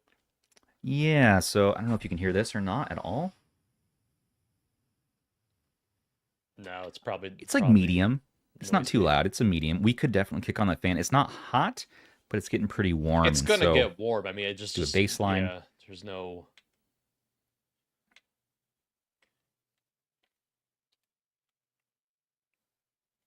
Let's see. We do Celsius, we do Fahrenheit. Let's see. Hold on, my laser's. Someone's saying it's a feature to warm up your salami. It warms up your salami, which is great, and also, if you're cold in the winter, it's nice to have a little heat. Hold on, my laser's not working right. There we go. Okay. Fahrenheit baseline. It's about 69 degrees in the room. Oh yeah. And on here, it would be. we're on here, so we're jumping up to about 91. Okay, now put it into Celsius for us normal people. Okay, Celsius. We have we don't want freedom units. I know. We have an ambient temperature of about 20 Celsius. We're jumping up to about 31. That's solid. That's pretty solid. How is really, it at that's pretty low. the control areas? That's probably the most important, So where you're yeah, actually holding the device. It's only hot right here in the middle, which, people say, why not put a second screen there? Maybe one day. Or maybe stay tuned for the Magic X new one. But why is there space here? Well, I can tell you right now, that's where the heat's happening. It's right there. So where the controls are, no heat. It is nice, cool, very cool along here. This is good. On the back, I'm not feeling too much heat. I'm feeling heat over right there, maybe where the battery's at. Okay. Right there a little bit, but not bad. I mean, like, that's really like, and when you think about thermals, you want to think about how you're holding the device. And if it's only in the center, that's not the biggest issue. But if you start to feel a little bit in your grip space, that starts to become more of a concern. Yeah, right. Aiden says his gray unit looks like a lunchbox. That's fun. Okay, so let's take the temperature around here. So around here, yep, okay. You can see right there, it drops down to 23. That's a pretty big drop, yeah. You can see up here, we got 35. Over here, we got 25. Yeah, so it's almost a 10 degrees Celsius drop. Once you but get right there in the middle is where it's highest. The screen itself feels really cool. Look at that, 21. On the back of the screen, we're looking at, again, about 21, 22. Right there on the air intake, 27. Right out of the exhaust. It's actually staying pretty cool. And 26. Aiden's killing me in chat. He says warming up your salami means something else here. Oh no. South Africa has a whole different thing, man. They got a whole different thing. I was watching the Miles episode with Cyber Dopamine yesterday, and that was just such a good Aiden's podcast is awesome. Everyone should check that out. But Miles is great. He's awesome. Good guy, and he was talking about like what are the mountains like in South Africa and around Cape Town or whatever, and around George, and just a really good listen. Definitely talks about the struggles of ADHD and being a content creator, which I relate to, both of those things. So it's I should recommend that. And also Zoo from our channel is going to be on the podcast for Aiden here next, and then my episode should come out after that. Aiden and I had a good chat. We talked all about, Retroid as well, and like some of the struggles that we've had in the past, and the RP Mini situation. So like, it's a good lesson. I recommend when that comes out. We are finalizing the install here. There is so much to do. I don't want to make you all wait. So why don't we do this? While this is doing its thing, yeah, it's going to affect streaming a little bit to do this, but why don't we hop right over to GeForce Now, because that's going to be pre-logged in and we can just open it up. Because I'd love to get your impressions of just how the controls feel, hop Yeah. into like a first-person shooter or something similar like that. Just realize we might see a little bit of artifacting since we're using up a little bit of the bandwidth here, but that's okay. At least it's something we can hop into now. And I do have the ultimate, thanks to Razer, who never took me off of that during that review period for that Razer Edge. Shout out Razer. Okay. Let's do this. No. Look at that ice blue. Oh, The ice blue. I was so close to getting the ice blue, but I went with it looks good in person. I went with the SNES US, man. So boring. What other colors do we have? I can't remember now. We have the ice blue, we have the indigo, we have GameCube, right? Black.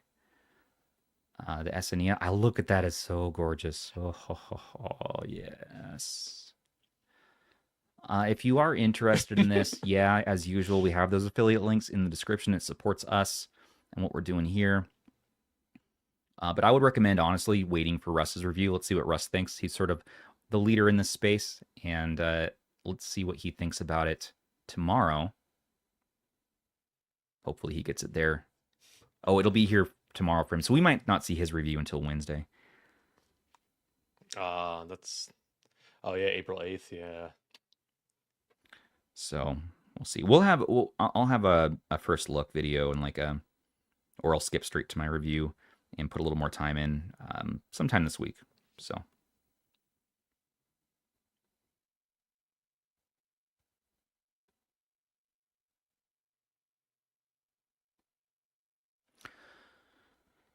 I'm excited to see what Russ thinks, though. It's hard to gauge where he's at with clamshells, honestly. Like in his video last year about what's the best system to play on every handheld, he said that the Flip 1 is not the best for PSP. It has sliders, and I think that Flip 1 potentially could be the best handheld to enjoy PSP. He ended up going with the G Cloud, and then in first place it was, I can't remember now. I just watched this video too. Getting logged in here. But yeah, I never quite know where he's sitting on clamshells, and so I'll be interested to hear his thoughts. And for me, you know that I already love clamshells, and I'm going to probably like this initially over the RP5 as long as it's the same quality. Because the RP5 was one that had minimal gotchas. The RP Mini was another story, and we just don't know. You know which one I don't think had a lot of gotchas was the RP2S. RP2S, yeah, it was like this quiet hero that just showed up and left. Yeah, and it didn't get enough time in the spotlight, I feel like. I love the 2S. I still think it's a great device. Okay, really? Okay. GeForce Now wants my This is the worst part is just setting up all these devices. It takes so much time to do. I wish I would have delayed the stream a little bit, but I also don't, because now we get to be together and do this.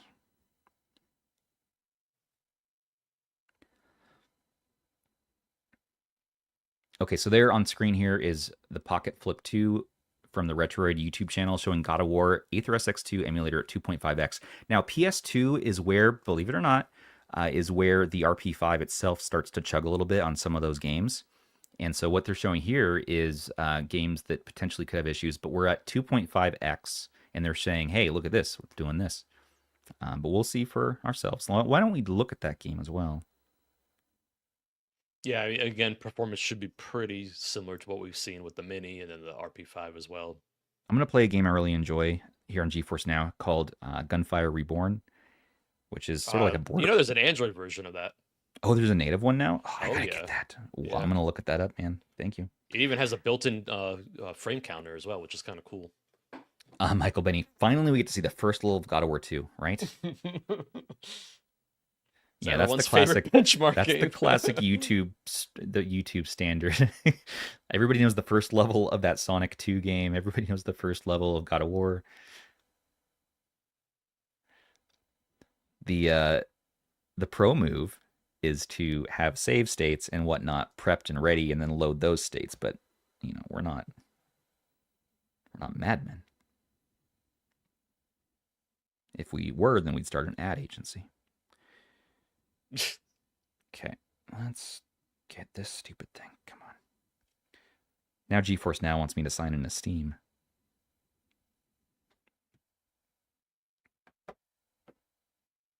Retrospect says that he's never gotten past this point in God of War 2.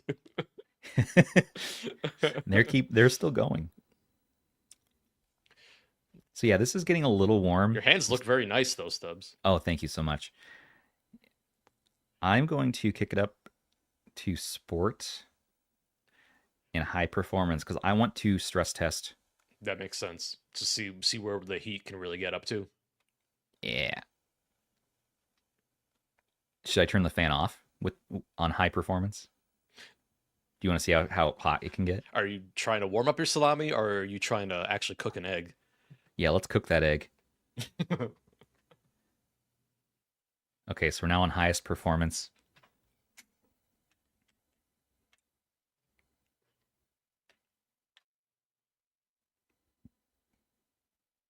No, we're still at a reasonable 31 degrees Celsius. Well, you just switched it. You gotta let it cook. Let's let it cook a little. You're right. Yeah, you gotta let it cook. And we're also only streaming, but we are using the Wi-Fi heavily, so we'll come back to that.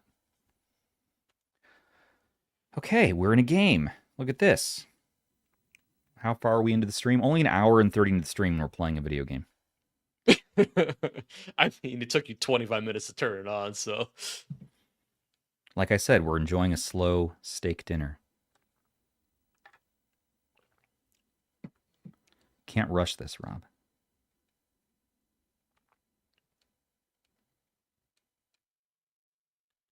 Okay, where are we going here? Deployed. Start? No? Yes, I want to be this guy. I'm going to go back. Oh, Y. So Y start. There we go. Yeah, so how do the face buttons feel? I mean, you were saying they feel better than the RP5. Oh, yeah, someone was asking about that. So, yeah, I like the placement much better. Yeah, I like that they're Here, really look, inset there. They're inset and they're direct across from each other like that, which is really nice for my thumbs. Look at that. I That could feels see this so being good. a lot of Look at fun this. for people who want to play like D-pad games, D-pad focused games. Yeah, let's see, though. Yeah, this looks really good. And we're going to do an audio test, too. That's really important to me, at least.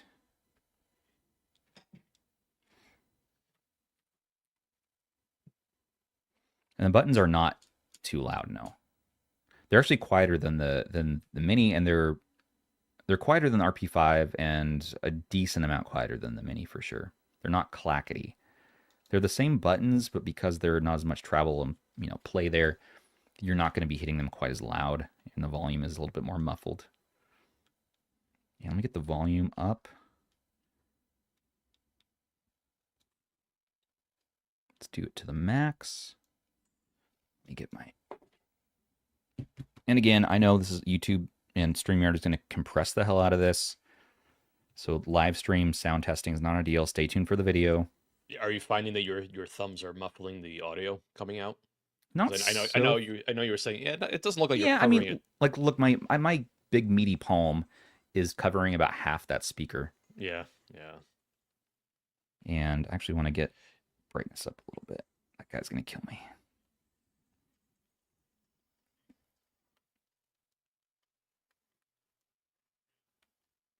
Get my bearings here.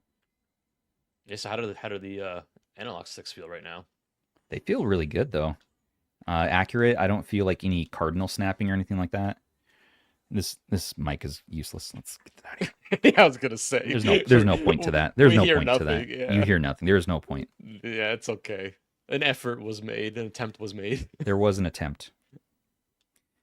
And yeah, so what we do find in here, remember, I'll say it again, this is a pre-production. So I expect something. I just don't know what yet. Yeah, I think a lot of people are going to really enjoy streaming on this. I think this has got the right setup for it. But so far, nothing. Yeah, and the analog feels really Yeah, good. how's the travel on that? The travel, look at that. And you have a little bit of ridge and a little bit of groove there, which is really nice. I see it's textured as well, so that's nice. Textured. Yep. Get my glasses on here. Revive.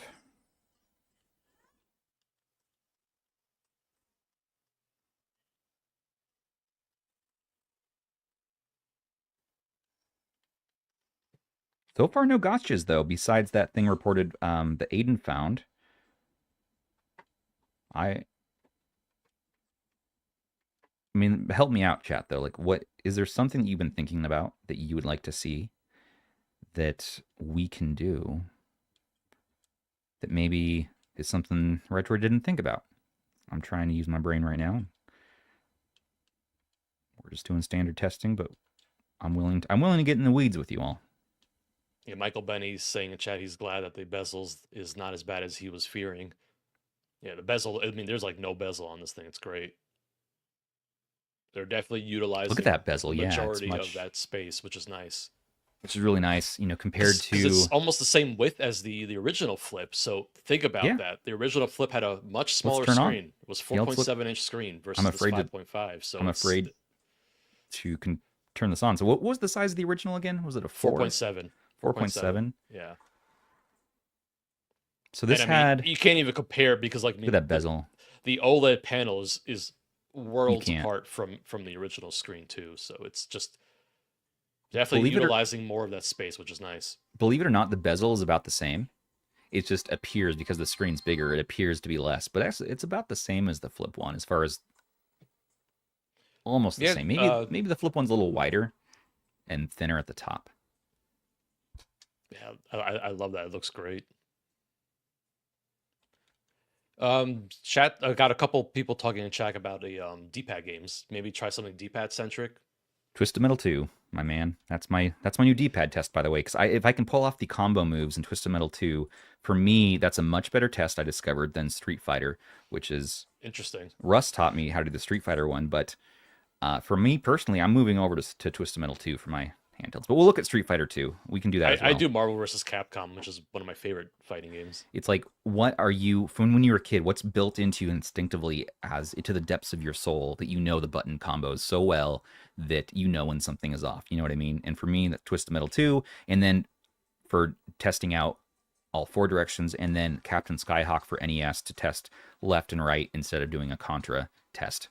I imagine it's going to be pretty good. I mean, if the other devices are any indication, but the RP5 Mini, I mean, they've been using this D-pad in tons of their devices, and it's one of my favorite D-pads that are used on a retro handheld device. Period. I mean, it's just so good. In fact, I would go as far as saying that I think it's better than what it's trying to imitate, which is the Vita D-pad. Yes, it's very Vita style. I can get a Vita out if you want to see it. Someone in chat was saying they're worried about long play sessions with the D-pad. I imagine it's going to be good just because of how inset it is and where your hands will grip the device. I mean, maybe you could show that, Stubbs, just how you hold it and place your thumbs on the D-pad. Oh, speakers. Oh, we got speakers. Oh.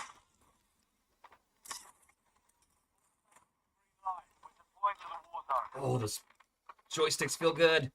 Nice fuller size joysticks feel so good on this, man. Let's take a listen. Let's compare it to the Vita. Oh, one of my favorite all-time my first clamshell my whole life was this datapad, which was a fun organizer. You could play Hangman on it and whatnot. And yeah, look at this. I had something Hinge. Very much like that, but it was made by Sega. It was really cool. You should look it up, Stubbs. It's kind of wild. Is it the datapad though? No, but it's cooler because it's Sega, so it automatically wins. Satisfying snap. My original satisfying snap. My 8-year-old self had that satisfying snap. But no, here's an actual. I can see why you're so obsessed with snaps. It makes sense. Oh yeah. Shout out Michael Benny who sent me this Vita for a very reasonable price. And that auto rotate is out of control right now, even though it's turned off. So that's a gotcha. Force landscape.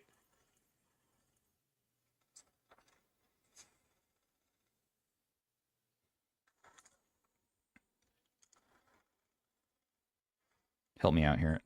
Forced landscape. Forced land. Yeah, I Good mean, call.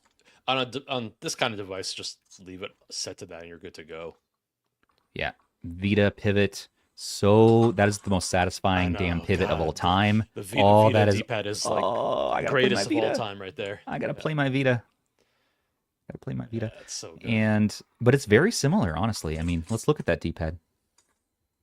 They did an excellent job with that D-pad. I'm so Quiet. happy that they don't try and reinvent it. Quiet.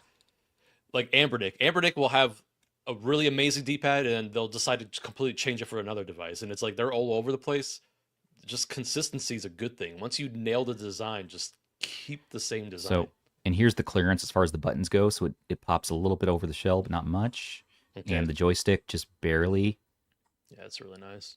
So I like the texturing on the edges too. That's nice. And this was the Vita 2000. So this had an LED. The 1000 I don't have, but that had an OLED, lower resolution OLED. And the data pad actually had neither an OLED nor an LCD. It had an original graphics meet. What do you call this? Tiger Electronics style LCD. What'd they call these? Matrix graphics, something.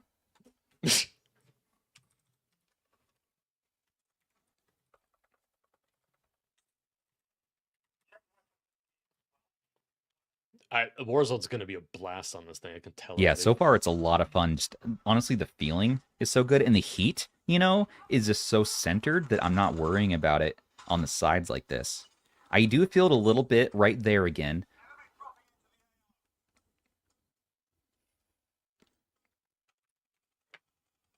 How's the lighting on the screen? Is it blown out for you? It's pretty good. It's pretty Okay. good. It could be a little more in focus, but I mean, I know it's. Yeah, I know it's funny. The trick with a lot of these displays are so bright that you actually have to turn the brightness down to really get that image to show through on camera. Warzone drives me crazy because it's like I load in, right, and you play for 20 seconds, and then it's loading something, and then you play for 20 seconds, and now it kicks me back, and now I have to find another match. Like, are you seeing? Like, this is the opposite of pick up and play gameplay. This experience, and I mean, Josh from MCon was talking about that. He wants to design video games around the MCon where it's really you pull it out of your pocket, boom, you're playing a game without all the preamble, without all of the downloading. Stop all the downloading, help computer. I mean, it's funny because Warzone is actually a blast. Once you get in, it's just so much fun to play. Yeah. Like I hate testing the game because I'll just get lost in the game. I'll actually play a couple of matches and really just like get into it. So people are asking about battery life. We started out at, what was it, 95%? Yeah, it wasn't fully charged, I don't think, when We'll you have to got check it. back on the stream at the beginning. It was around 95%. Now we're at 83. So we had a request in chat for some retro stuff, emulation. Yep. So we're moving on. We'll move on to emulation as Yeah. soon as we're done here. This will be our Android test. And Yeah, we I mean, just tested in streaming. general, I mean, performance, and when it comes to emulation, expect pretty much this similar performance to what you got with the Retroid Pocket 5 and the Ooh. Mini. Same chipset.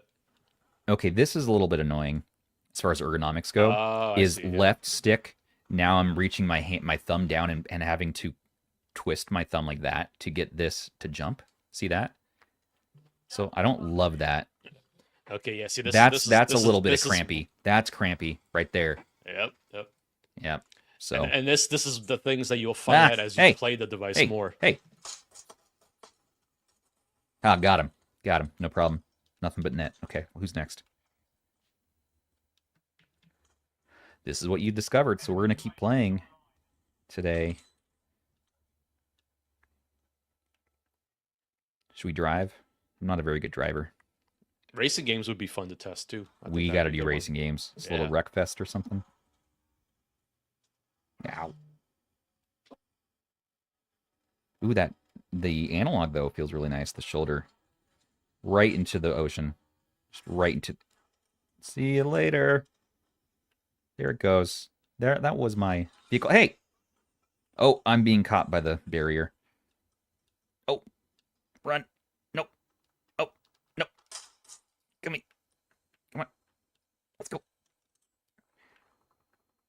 Yeah, so I don't love hitting the A button. The B button's fine, but getting to the A button while doing a first-person shooter is a little bit of an ergonomic situation for me. I don't like having to turn my thumb like that, and people who have normal thumbs will have a longer thumb. That'll probably be even a little bit more like that.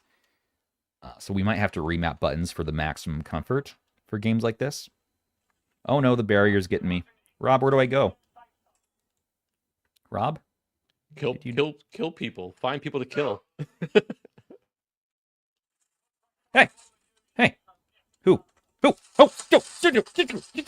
Chat, actually, that's a good idea. Chat's saying to change mapping to one of the to the bumpers, I guess, shoulder buttons. Oh, you could do L1 R1 for the same exactly. So you could remap to make it more comfortable for you. So for first-person shooters, I don't love that. Let's not do any more with that, and let's dive into some retro stuff. The fastest way to do that is going to be to just hop on our SD card here and start installing some APKs. Let's do, should we do Aether 3668 or should we do Nether? What's better on the 865, do you think? 3668A will be fine. I mean, if that's what you have on there. I have both, but what's more ideal for this chipset? Do you remember? It's been a little while for me, to be honest. There's just a few games that will need a different version, but for Nether? For Nether, yeah. So I mean, what Nether version do you have? Nether should be fairly good. Version 4248. That's fine. Yeah. I think that's what Russ was testing with. Yeah, I would go for the that RP5. One. I think that's what we did too last time. So I just want to do a really like for RP5. Optimal safe defaults should be good here. We don't need to make too many compromises. Yeah, and we want to do Vulkan, I was right? going to say change that to Vulkan, yeah. Vulkan, yep. And yeah, for sure. Should we start at a 2.5x? I would do it. Yeah, 2.5x, you know. That's 2.5. Let's do 2.5. I want to see chugging happen. Import the BIOS. I'm glad I took today off work. I would be in poor shape. 39,000 US game directory. Give me them games. ROMs. What's nice though about setting it up on stream, as tedious as it is and as boring as it is for y'all to watch, for people who are new to this, they get to really watch a device being set up from start to finish. If they're wanting to follow along with somebody. Well, that's the thing about these live streams, is that I mean, you opened up the package and you're just going through the whole process and getting comfortable with the device as if, you know, you were doing this off camera basically, but everyone else gets to join in on this experience and see what it's like. Yeah, and even like if you're experienced at setting up an Android device, yeah, you could go faster than this because we stopped to do a bunch of testing. But on average, you know, you're going to be spending at least 2 hours, I think, on a new Android handheld to be setting it up to where you're going to be being able to play what you want. Yeah. That is, it does take some time. I mean, I'm like quick at it, but that's because I've done this so many times on so many different devices. But I'm still a little slow, but you can speed run it. I'm just being trying to be a little more methodical because I just really want to catch every little thing. As a YouTuber, it drives me nuts that we get these things, we get rushed to put out the content because people want to know, do they keep their pre-orders? Do they not keep their pre-orders? Do they cancel? And we only have a couple days before that ends, right? And so people don't know, and so we have to go as fast as possible, and stuff will get missed when you do that. And we are right on the verge of the pre-orders getting locked in about a week or so. So it really puts a lot of stress. I wish the companies could get us these review units sooner than they do. It's one thing that bothers me about the just retro handheld space in general. I mean, all the companies in this space do it, which drives me crazy. Like, you know, for example, here's Red Magic. You know, they make mobile devices, and for example, they'll send me a product a month in advance, and that gives you a lot of time to really be with the product, work with the product, test it, get a feel for it. So I wish we'd see more of that from these retro handheld companies. I think they just want to go so fast, and it's nice to just let people actually have time to properly test this before it goes out to the public. I feel like I don't want to throw shade or accuse anybody of anything, but that's why I was just saying in general, this is the thing I've seen in the retro handheld space in general. So well, you try to give benefit of the doubt where possible. My wife likes to call it like, what's the most optimistic view, and assume the best from people, but also is it strategy to send us review units with no time to make content that is super in depth to catch all the things. But I also think though that they value sending us the units because they value all the little things we find, because for us it's going to be free beta testing more or less for them to get from us, and we'll find things and we'll report it back. And so I don't know how much is strategy versus like just, well, this is just the timing it is. This is the fastest they could get it out. Yeah. Yeah, a lot of this stuff, it feels like, Let's set the frame counter on. they throw a concept at the wall and it's like, okay, let's get this. How fast can we get this to market kind of thing, Yeah, exactly. So I assume, again, they found value, I think, in watching Aiden's live stream. So I hope they find value in watching this one, and we'll see what we come up with. So far, again, what are we seeing? Have we found anything? I thought that we had something with the auto rotate, a gotcha, but I think we're kind of still in very that's shallow just one waters. of those Android things. Yeah, we're still in shallow waters as far as this whole thing goes. And it's a very teeny tiny for you all, so I'm going to have to raise it up for you to see and report back. But green, basically, if you see this, green means good. Red means bad. So if we see that turn to red, we're getting a little slowdown.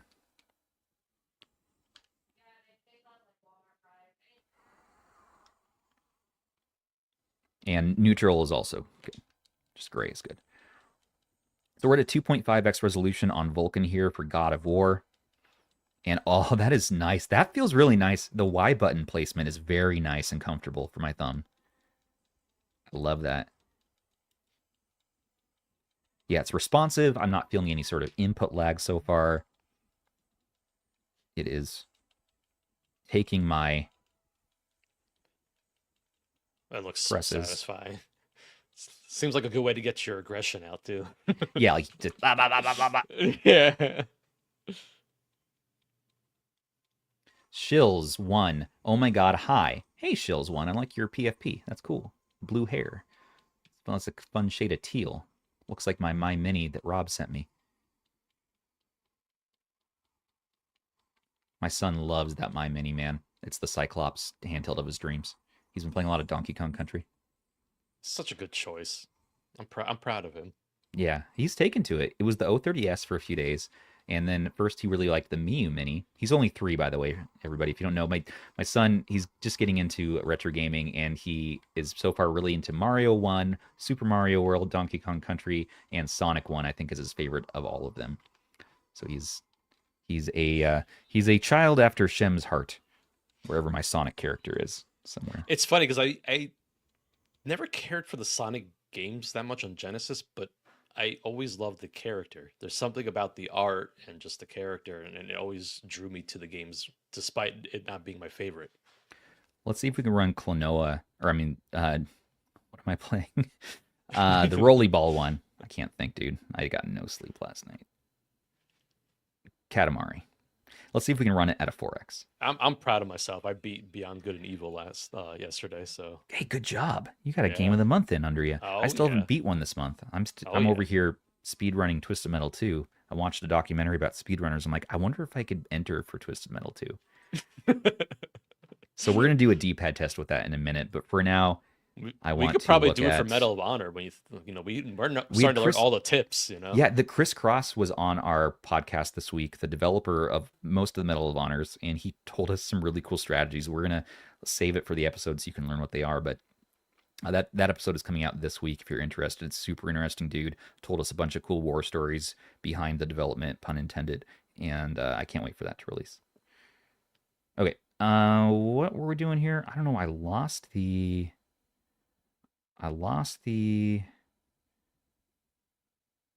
frame counter. I don't know where it went. But here's Katamari. We also have this slide out on retro devices. Yeah, you can take that off too. We can get rid of that if you don't want to have that little line, which is kind of annoying on this OLED screen, which is pure black. And so even though there are bezels, because it is OLED, it bleeds seamlessly. and it looks like there are no bezels. It's just I love it. a seamless thing. There is a frame counter we could use, but it's not super accurate here. I'm actually going to probably turn this off in a minute, but you do have like a key mapper here for Android games if you want to use, and you can have some basic stats there, like 38 degrees Celsius, the CPU draw, memory draw. We can look at Jack and Sly for sure. Yep. That's no problem. We should have a decent selection on here, and I'm happy to look at like Nintendo games, even first-party Nintendo. If they take this live stream down, go for it. Have fun. I'm sure many people will get to watch this before that happens. And I just don't know that we're on their radar. But hey, if you're watching this and you're enjoying and you want to support us, and we're going to be doing all sorts of coverage on this device for you all, because I am smitten so far, then think about, you could, if you want, go ahead and give us a subscribe. Click that little button, because we're trying to get to 100,000 subscribers this year. We're at 73,000, and we got, what is that, 27,000 folks to go. And you are one of those folks, and we appreciate you.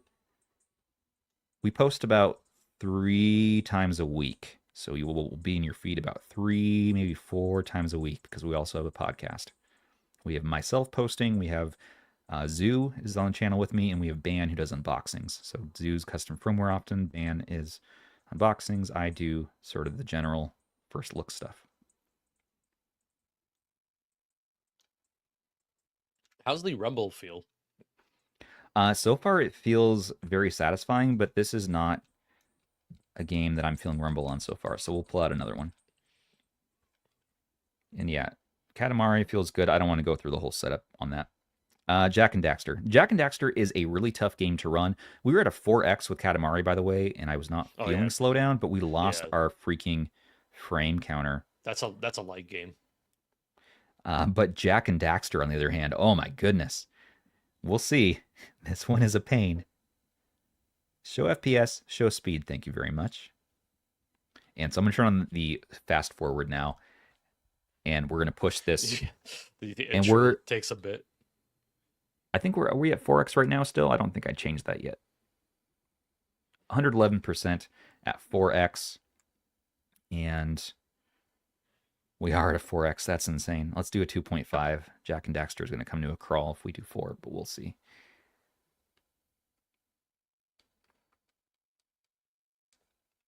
Yeah, let me make sure that Rumble's turned on too. I don't know if Aether or Nether turns it on by default. Yeah. Do you have any of the NBA Street games by any chance? We can see, maybe. Yeah. Maybe. I like NBA Street Volume 2. That's where it's at. Let's see, where is the... I think Rumble should be turned on by default. I think it's under Controls. Controller 1, right? At the bottom. We're getting a lot of requests for some more D-pad centric games. Okay, that's no problem. We'll move on to that. Okay, so yeah, Rumble's on. So far, though, not feeling it here. So after this game for Jack and Daxter, we will move on to D-pad testing. Joysticks, though, for those of you who missed it, felt really, really, really good. They feel like full-size joysticks as far as using them in a first-person shooter. We were playing Call of Duty Warzone.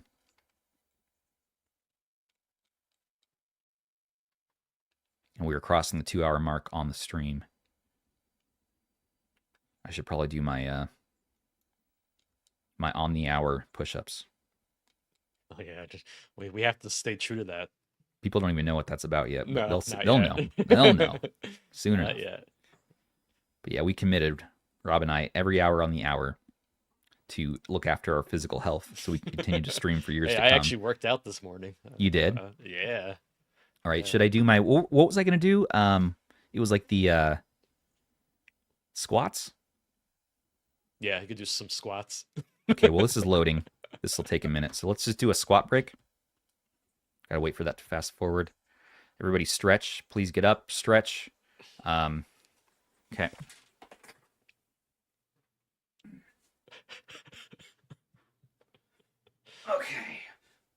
Okay. 1, 2, 3. Work it out. Let's get going. Let's do a little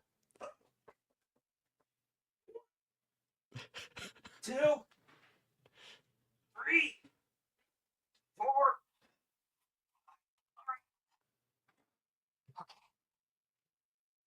4. Okay, on the hour. Now, what you do is you break your exercise down into little micro segments, so you don't have to do like a whole 2 hour getting crazy and sweaty, and then you're just a little more healthy. Chris Cross, the developer from Medal of Honor, taught us this feature. Yeah. He said after 40, you have to start doing this. What did he call it again? What was it called? 10 tens or something? What was it? I can't remember, but he does like 5 squats, and then he switches the next hour to like 5 push-ups. Yep. And then he does it for like 10 hours, and it's this way you get up every hour, you take a break, you move around a little bit. You move around a little bit, just stretch it out, move around a little bit, do like your lunges. Because if we sit at our desk all day or on our couch and just play video games, which is a lot of fun. Or on handhelds where you're like kind of hunched, I've been focusing on like you're so we got like tech neck. We gotta stretch, So you gotta stretch. You can actually, now this isn't a very heavy handheld, but you could use maybe a pile of clams. Get a coon out. You get your coon out and like all of your clams, in lift. And over time, you'll get a little bit of strength training because guess what? Nature doesn't care that you enjoy video games because nature will degrade your muscles and bones and stuff over time because they'll assume that you've given up on life if you're too stationary for too long. And assume that you're done with the planet. And so it'll sort of it'll slowly walk you off stage, the plane of existence, if you stay static too long. I learned this from a nutritionist in the last few weeks. And I said, I gotta start moving, keep alive for my kids and, you all. And we got to talk about nerd stuff, right? I do trust Chris. He seems to be aging in reverse, so... It's true. He looks great at 60 years old, I think. So, yeah. I'm like, how do you do that? Okay, so we are in the game now. That was good use of time, and we're looking at 100%. We're at 2.5x here.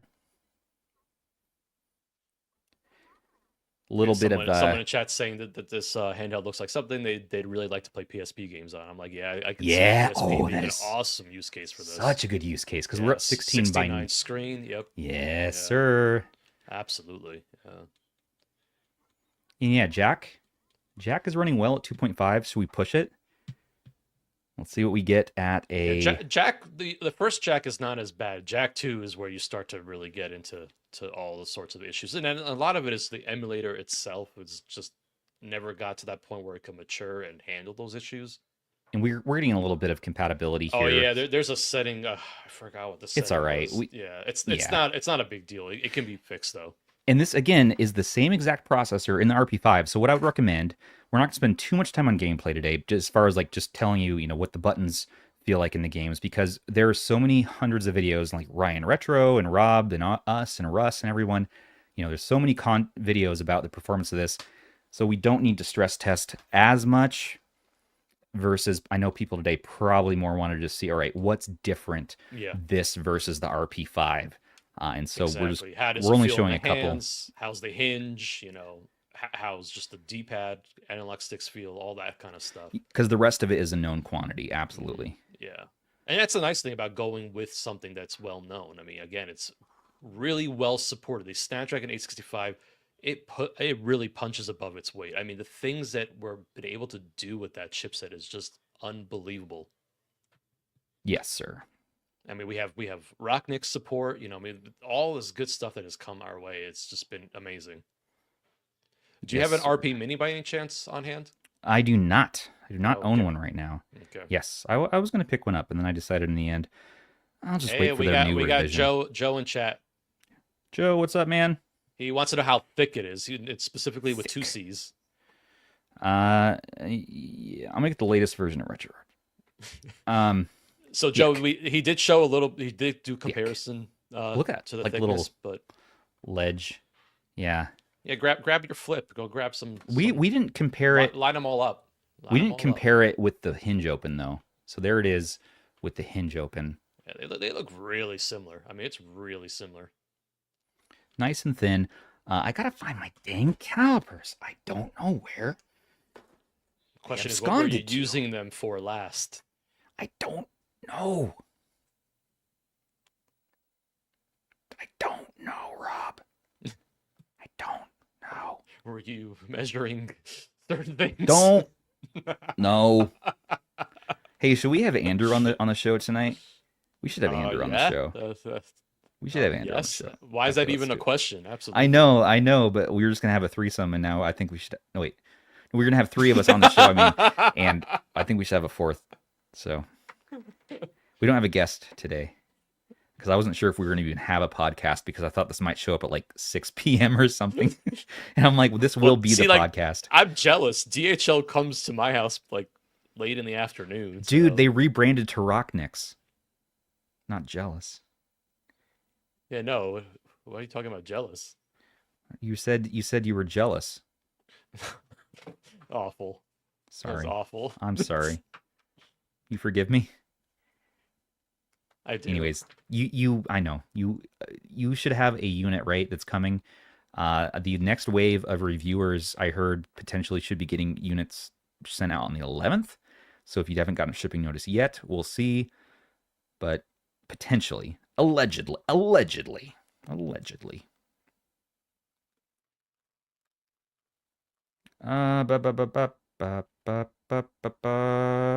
Let's get a chord downloaded on this thing. Do PS1. I think this is gonna check off a lot of things for a lot of people, and I think this is just it's gonna be one of those handhelds that I think people are gonna keep coming back to. I don't daily drive Android handhelds that often these days. You know, What are you daily driving? Linux stuff? I daily drive a lot of the time. I'm doing x86 right now for modern and whatnot. I don't do a ton of streaming, but I do some. But I honestly will daily drive things like little, Linux handhelds and things like things that you can hop in and out of in a minute or two as a dad. Okay, I don't have a lot of extra time in my day to day. I really don't have a lot of extra time to game, and so it's got to be something that I can quickly open up, get into the game, play a few minutes, get a little bit of progress, and then I got to move on to something else. So everyday carry, I have an everyday carry video coming out where I talk in depth about the best everyday carry for smaller handhelds, and that's going to be coming soon. Okay, let's get our ROM here. But yeah, I still use Android, and I enjoy Android, but it's for when I know I have a dedicated amount of time that I can sit down and relax and enjoy, because I know I'm going to be tinkering, I'm going to be optimizing, I'm going to be getting front ends and scraping, it's so much. So, but having an Android handheld that I can close and, it's asleep, and then it stays asleep for a long time, I don't need to worry about battery draining too badly. I'm curious what the battery is going to be like on Look at that. Oh, there's standby. I missed this. Look at this little lip right there. You can that's nice. pull it open. And there's a little bit of a cutout so that you could fit your fingernail in there to get it open. What the hell is this? Oh, yeah, that's right. I had to set a screen password for GeForce Now to be happy with me. Okay. Let's do Twisted Metal. 2, that is. So do you feel like there's a pretty PS2. good balance between the analog stick controls and then also going on D-pad centric games? Hold on, I'm pushing buttons. I'm just give me a second. I'll answer you 1 second. Rearmed or swans? Let me give me the classic. Give me the rearmed.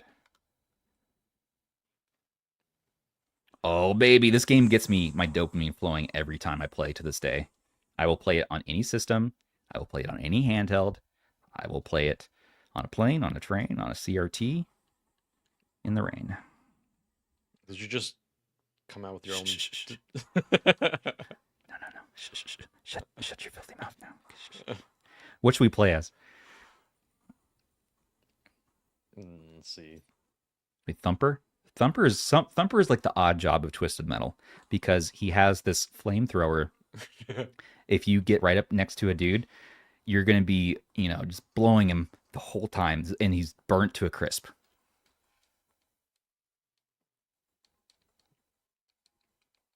Within like 5 seconds, he's dead. Let's check this out. I gotta say the 4.3 stuff looks great. Again with the OLED, it's just you can't even tell that there's. So we're gonna do D-pad centric. Yeah, right. I mean, it just looks so good. So up, left is hop, and I actually have the sticks disabled right now, so I don't accidentally lean on them for comfort. Right, left, up is flamethrower, and left, right, up is thanks, Hammerhead, son of a bitch.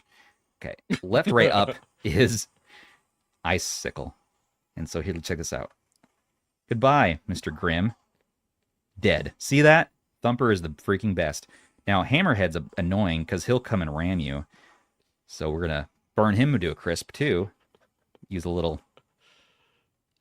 Oh, Mr. Slam! Now come on, man. Come on. I played this game so much that I definitely... It's okay, no pressure. I wore out a few controllers. Let's get that health.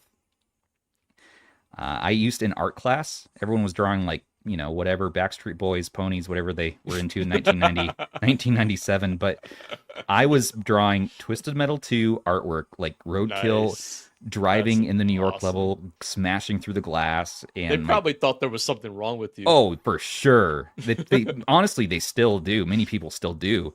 But, it's like, I'm alive. I have bone density. The planet's not going to take me out yet. And it's really me versus the planet, not me versus everybody's opinion of me. And that toothpick didn't kill me either, so I'm still here.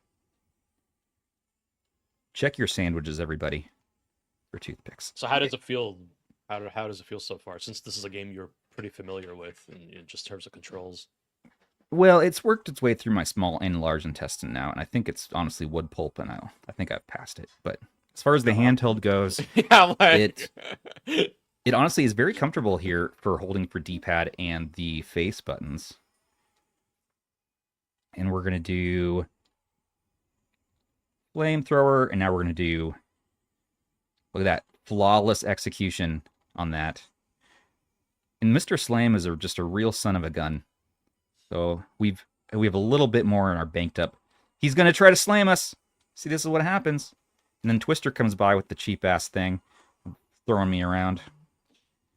And I'm almost dead. We're gonna go get health now. I'm going to embarrass myself in front of potentially hundreds of people. I don't know how many people are on the stream, but potentially hundreds. 400 right now, or a little more than 400.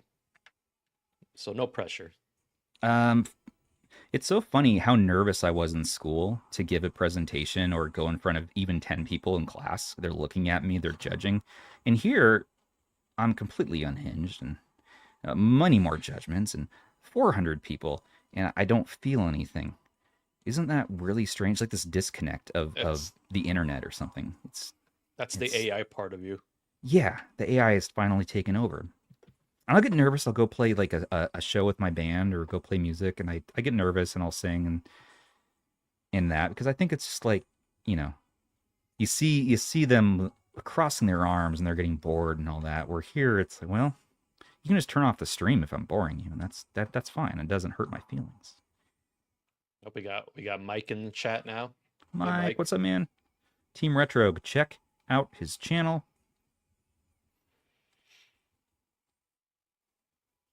We got to focus. We got to beat this level. Tapper's reviews says that he prefers clamshell over candy bars since the screen is at a better viewing height. I do like that. I agree with that. Oh! We got Hammerhead. We got Hammer now. What's Axel. Underrated though is when you're like laying in bed and you can kind of like angle the screen how you want. It's really nice. So yeah, the D-pad feels really, really accurate. We're able to pull off moves here, no problem. Let's switch over to Captain Skyhawk, and we can do Street Fighter as well. I'm at least more practiced at that these days, but I could play Twisted Metal 2 forever. Come on, best PS1 game. Michael Bennett is imagining you as Jonah Hill from Superbad. Yeah, like nobody wants 2/4 of a hand job, so let's. Okay. Let's load another emulator. So let's do Messen Core for NES. And let's get our I recommend Final Burn Neo if we're going to do arcade. Capcom stuff. We have an oh no moment here. Someone's What's saying happening? they're hoping the Hinge is great because their Miu Flip version 2 broke in seconds. Ouch. Yeah, that's rough. Yeah, this is my version 1, and I actually might keep the version 1 if my version 2 is... I got the SNES Gray version, so we're going to see. Go Game Geek sent the version 2. I need to And order this a is the V2. worst, but apparently the new one's cracky, breaking, and even louder, and so we're gonna... Yeah, it's funny because I love this thing otherwise, though. I sold Andrew my V1, and I'm like, oh, God. My V1 actually had a decent hinge. I didn't think it was too bad. So I'm like, All right. I need to get a V2 to see if it's different or how it feels and whatnot. But I've heard that it's worse on the V2, which is crazy. Yeah. We're going to compare. I might stick with the V1, although it doesn't read SD cards anymore, so that's a real big problem. I can't play games currently. Retrospect says that you were most likely drawing Backstreet Boys on your notebook in school. I did a Backstreet Boys clay animation, but it was to the Final Fantasy VII soundtrack. Like my friend and I were like in the claymation class in like 1998 doing like the characters and like doing like Backstreet Boys music video, but I think it was to like the Final Fantasy VII like Midgar theme or something. I don't know. It was so weird. I don't know. What a Weird. collab right there. A Like, crossover we never expected. We were listening to Backstreet Boys, and then we got immediately into Slipknot. I feel like it was like Backstreet Boys to Slipknot, and then it was, Twisted Metal to Final Fantasy. It was a real time in the late 90s. I think it was the anxiety bleeding over to the kids of that generation from the adults who were worried the world was going to implode on New Year's Eve 2000. I'm not sure what it was, but okay, let's load this next game up, sir.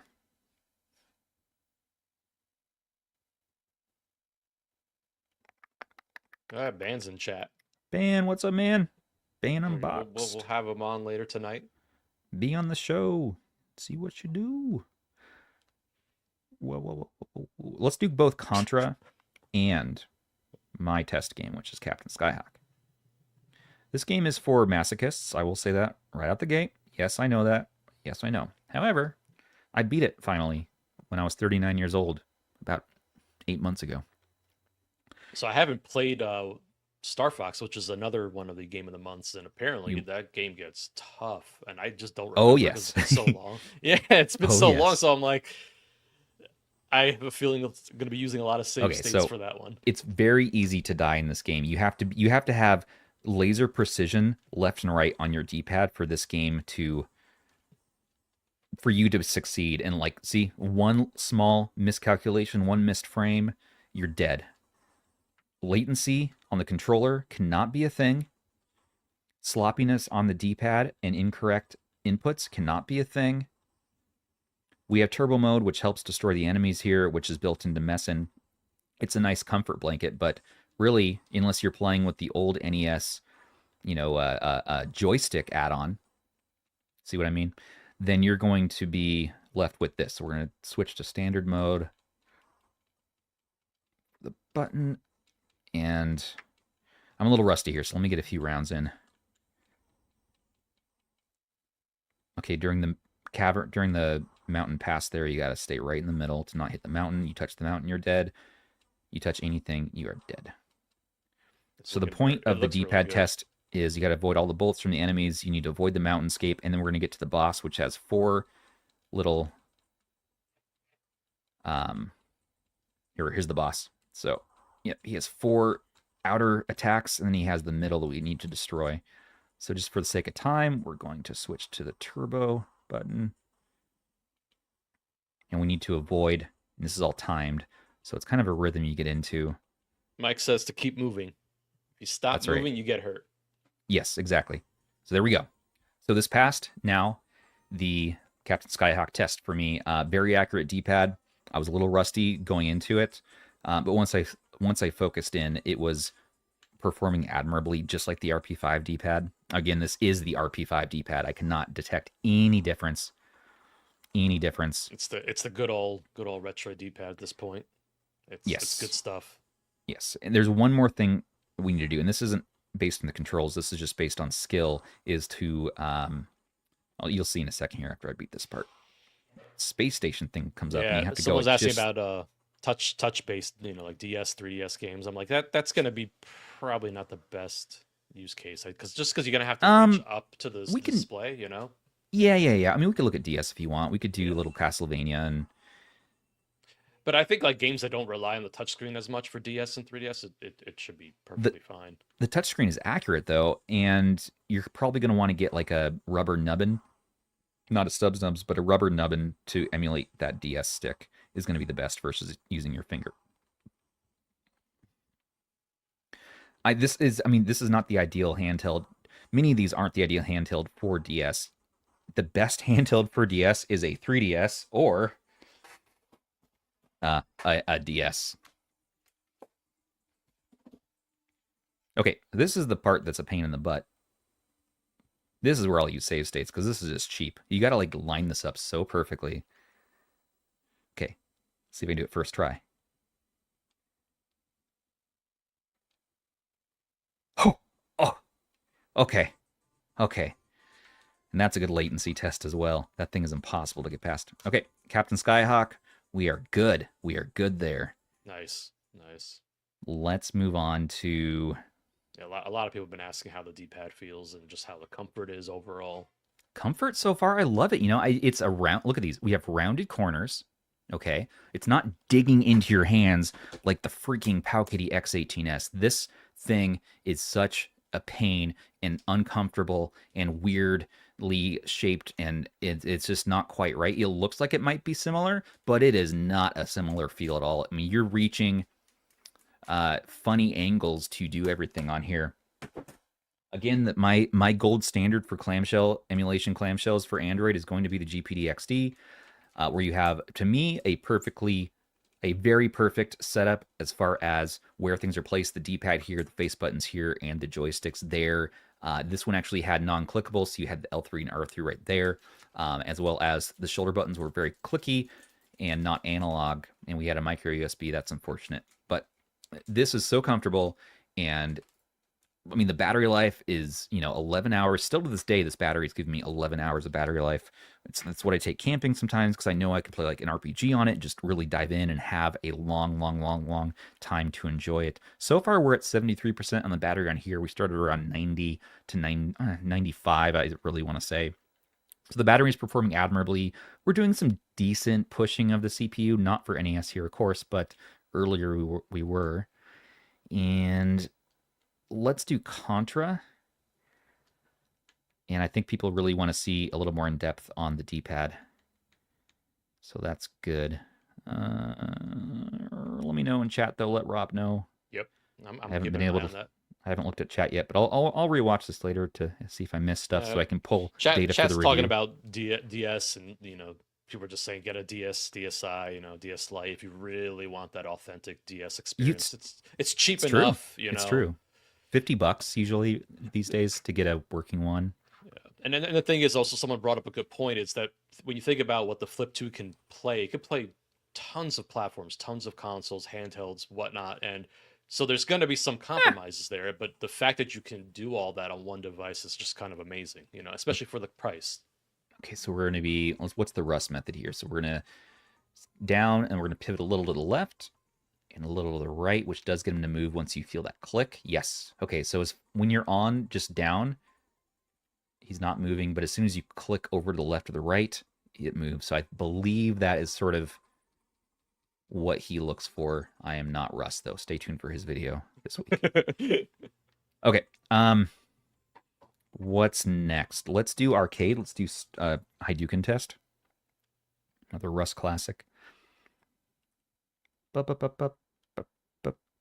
ROMs. And what do I have on here?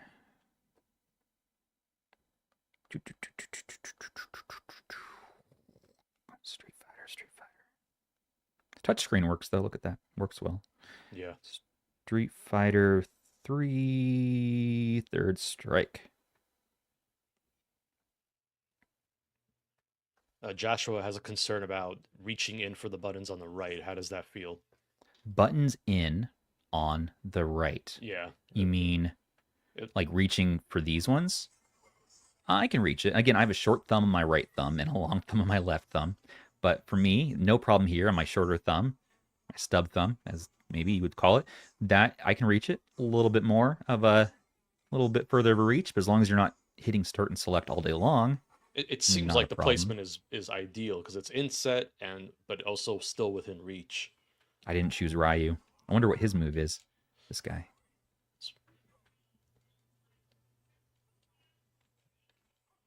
Does he have a downright square? Try. Oh, he has a whack, whack. Not quite as dramatic as a Hadouken. Actually, I like that better. Blah, blah, blah, blah. We got to test the speakers out, and a common one that we'll use is Horizon Chase with that epic soundtrack. So I might download that, or like we could listen to music, something that won't get us flagged. Maybe my music or something like that. Mike wants to see the backside again. Of course he does. There you go, Mike. Yep. We could have done really. I think we could have done without these lines and whatever the hell is going on here. This could all just be a blank slate, maybe a Retroid logo, but you know, it's a slight bump up, by the way. There is a slight bump to this. It is very slight, but yes, it does bump up a little bit for the circle logo.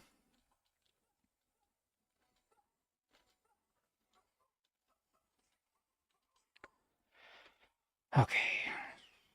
Let's go back and choose another character. Let's do the Ryu.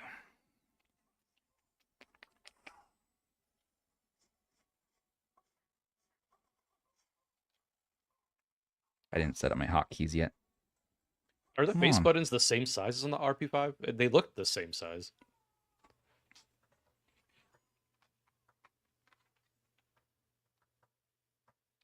They appear to be. They are not as tall, No. or rather, the shell may be covering up their height a little bit. Yeah. And again, we mentioned it before, but these don't seem to be as clappy as the RP5. Where are my calipers? Caliper break. Aha! Success. Hey, you found it. What was it, in the bathroom? No, it was in my other drawer. In my drawer I don't usually open. My drawer of secrets, Rob. Oh god, I gotta replace the battery in here, don't I? That's all right. I can still see it. I'll relay what it says. We're looking at 2. Can I catch that on the camera? 2.865 versus the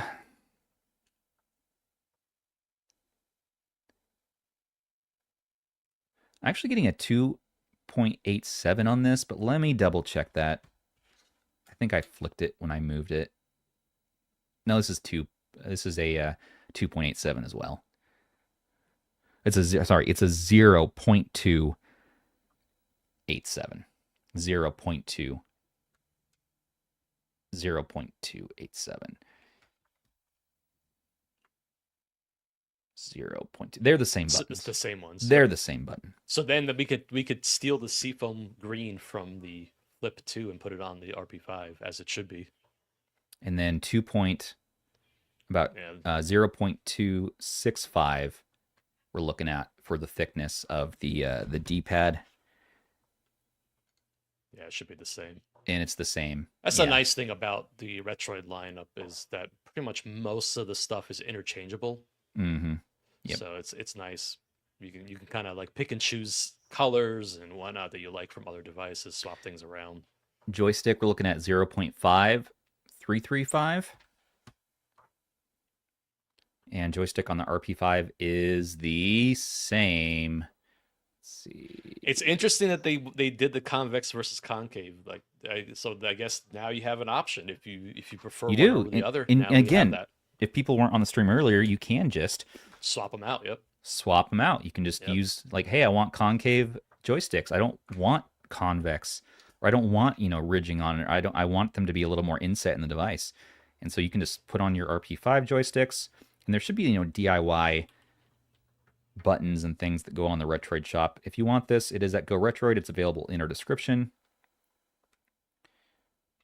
And there's a bundle deal if you want to get the classic as well. We don't know if the classic is worth it yet, but we'll be doing a live stream on that and reviews and videos. And my whole month now is probably dedicated to Retroid stuff. We actually have a good question in chat. What's the battery life at right now? Yeah, We've been so battery streaming for about 2.5 hours now. 2.5 hours. We're at 72%. That's solid. Yeah. We again, I think we had 95%. If someone actually wants to, for science, rewind the stream to when we first turned it on, if we see if we can figure out what the battery started at. I mistakenly did not take note at the time. Okay. Yeah, and it's more like 2 hours for because you didn't turn it on until about 25-30 minutes in. Yeah, right. Was it about 30 minutes? I think something like longer than that. Give or take, So this is just because of how it is. It's ever so slightly smaller. It feels like it appears smaller. Maybe it's the convex aspect of it. But I think the ridging around the corner or the grit adds just the slightest amount, because I did get a different reading on one versus the other. Very, very, very, very slight. Okay, so we got. Yep, and we have a confirmation that it was 95% at the start. So it wasn't 95. It wasn't fully charged, but 95. Yeah. Okay, 95. Now we're down to 72. And turned down about 2 hours, just shy of 2 hours, 1 hour 55 minutes. So we're yeah, looking at 2 hours 20% ish. That's not bad. Yeah. So 0.5055, and that I actually have to open it a bit because I can't get this joystick. So it is a little bit. These are a little bit thicker at the top.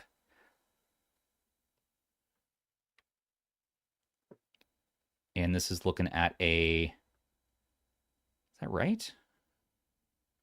The numbers go backwards on this? I'm not a scientist. Now we're looking at a 0.534 versus this, which we need to clamp down a little bit more to get it. Now we're at a 0.5. Yeah, and again with like battery performance, I imagine it's going to be very similar to what we saw on the RP5. Yeah. Again, same battery size, difference. Same chipset. So, in general, it should be pretty close to that. Can you actually close the device and then do a thickness measurement? Yeah. Yeah, might as well. Someone was asking about that in chat.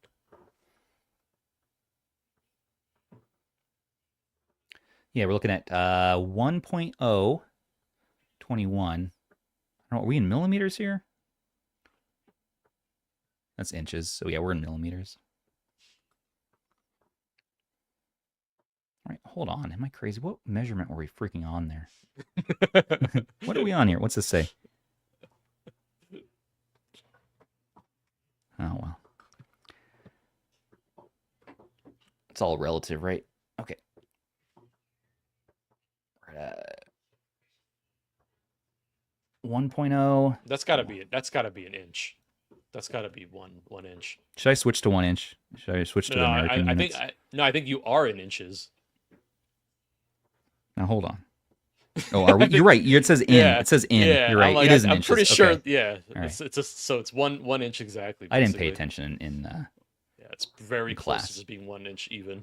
Okay, there you go. So it is. Yeah. So rewatch the last part now with that in mind. We're talking inches here, not other measurements. 1 inch. Okay, we know you use millimeters because the number's bigger. Okay, it doesn't count. Okay, got it. Little under an inch compared to the original flip. Matt Davis says that's because metric rulers got tariffed.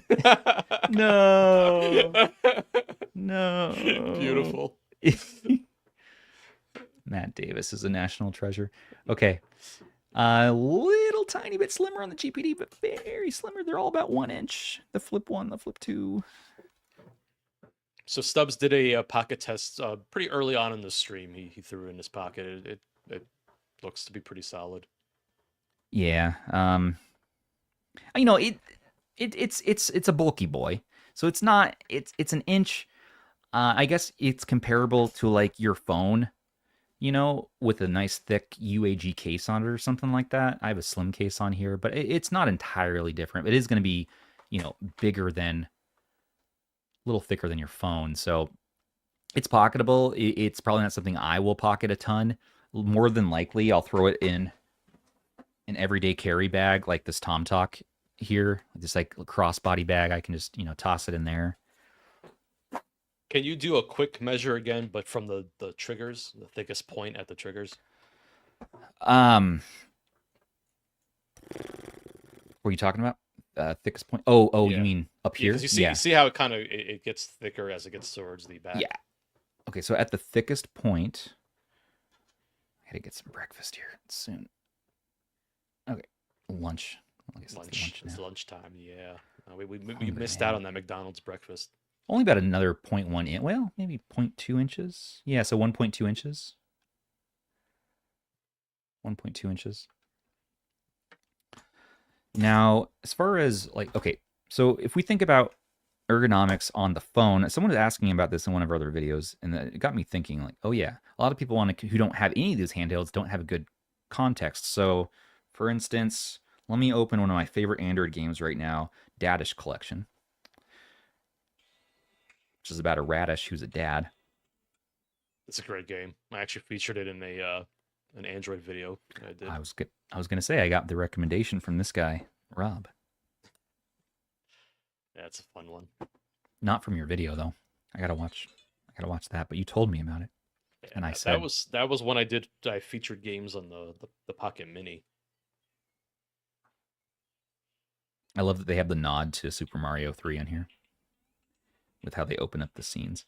So this is a really nice experience, and honestly, this is a Samsung S25 Ultra, and so ergonomics feel pretty good on this. This is one I don't need a telescopic controller for, although for comparison's sake, I will use this G8 Plus anytime I have the opportunity to look at that beautiful thing. You could, but this is what ergonomics is like on this. So comparing it to, and let's get Dadish going on here. You could still do, God, get our I'm going to turn off that damn lock screen. Dude. It's 1111. It's not my real pin code. But so Zoo explains that the design is actually representative of a clock. It represents time for gaming and turning back time for retro stuff. There you go. There you go. Look how the man thin that behind the screen design. Look how thick or thin the screen is too. It is. You'll have to convert this from inches to millimeters. Chat's not 0. quite divisive on that. The what? Someone's saying major loss on the logo. Zoo. Oh yeah, yeah. But you could still touchscreen game on this if you want, because of the design. You can pull it up like that. Yeah. Okay, let's Hadouken. Let's Hadouken. Oh my god. Down right punch is the Hadouken. Down right. 1, 2, 3. Missed one. 4, 5. I'd say it's more skill 6, issue than anything. 7, 8. Missed one. 9. 10, yeah, I didn't. The buttons aren't bad. I missed one. 10. How many get in a row? We did 10 Hadoukens. A little.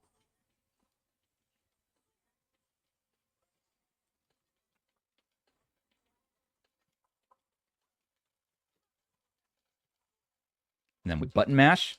Russ says this is cheating, but that's fine. He still won the arcade match. And Shoryuken it. Shoryuken's like a down or left right.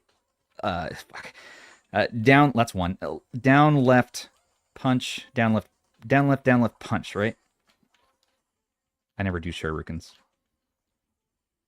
Or is it like a down? Never mind. Okay. That's two. What else we want to do? Android games. I mean, what would people like to use this time for right now? I don't know if you've been paying attention to the Rumble. I know that was a question. Right. Rumble. What was I feeling Rumble in? I was feeling Rumble in, I think Warzone. I feel like Android gaming. Let's get Warzone. some more. Yeah, Warzone. Gunfire Reborn. Um, yeah. I want to test the music, though. Let's do Horizon Chase.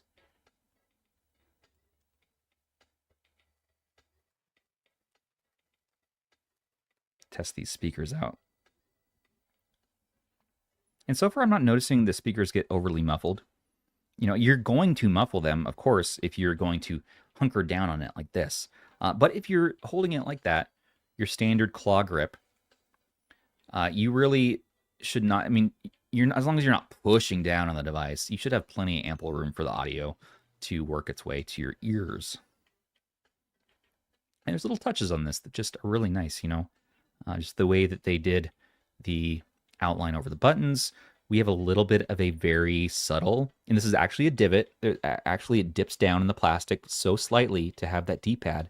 It's very subtle, That's but smart, it's there. Yeah. I see It's that. like Yep. It's like an SNES controller in that regard. So, and we do have the LED lights, which you can configure. You know, we could configure one light to be one color, one light to be the other. Let's see. How do you feel about testing a racing game? We had one recommendation for Burnout, Grid Do Autosport. one. Grid Autosport would be good. It just takes forever to install it initially. Do one color of each. There you go. Maybe, yeah, like Burnout Revenge. That's a quick one to jump into. Yeah. You want Burnout Revenge for PS2? Yeah. Okay. Someone said Burnout 3. The problem with Burnout 3 is there's so much stuff to skip in the beginning. Yeah. I love Burnout Revenge. That's my favorite Burnout game. One of my favorite racing games of all time, honestly. Okay. Let's do Horizon Chase. I don't know that you're all going to be hearing this at home. And I'll relay back, and we'll include all this stuff though in our next video. And Tapper in chat brings up an excellent point, and we've been saying it over and over again in the stream. But just again, performance, game performance, emulation performance, it's going to be pretty much identical to what you saw with the Retroid Pocket 5 and the Mini. Oh, dude. Same chipset. Oh, there's bass here. Oh, you can feel that. Okay. Can you hear it at all? It's coming in and out. It keeps coming in and out. Maybe I shouldn't put it right up against it. Maybe that's what it doesn't like. Just keep whispering to it, and this way it's activated. Oh, you're right. If I'm talking, it's going to let the audio go through. That's Yep. a very smart idea. Hey, there. Now is it working? Hey. Just use your ASMR voice, so this way we can still Okay, hear the so audio. we're going to be doing a little bit of ASMR. I'm talking so we can allow the audio to pass through. That's the audio passing through. That is there's a lot more bass in here than I expected. I don't expect a lot of bass out of retro devices, but this has a lot of nice body to it. And crisp highs, strong mids. Right out the gate, these speakers are some of the best I think I've heard from Retroid. Yes. This is more boomy and more full sounding than the RP5 speakers. For sure. Oh, that is nice. And it fills up the room really nicely, too. A very satisfying sound. So now with that, we're taking this into account. Let's turn this down. We're taking this into account. Now let's do a button test. I'm going to talk while I'm doing the button test. You figured out the secret to getting the sound to go through. Thank you, Rob. And Well, thank you, also, chat. Do you have like a noise gate on Thank or you, anything chat. like that? I Noise do not. cancellation? I don't. It's Interesting. something built in. We've turned off the noise gate. I've turned off all effects. I've turned off literally everything I can. But I'm hoping that now you can hear what the buttons sound like, and now you can hear that they are a lot quieter. Here is the shoulders, and I'm going to keep talking so you can hear the D-pad, very quiet. This is a very quiet device, so you could play this in bed with your partner and not have to stress about it.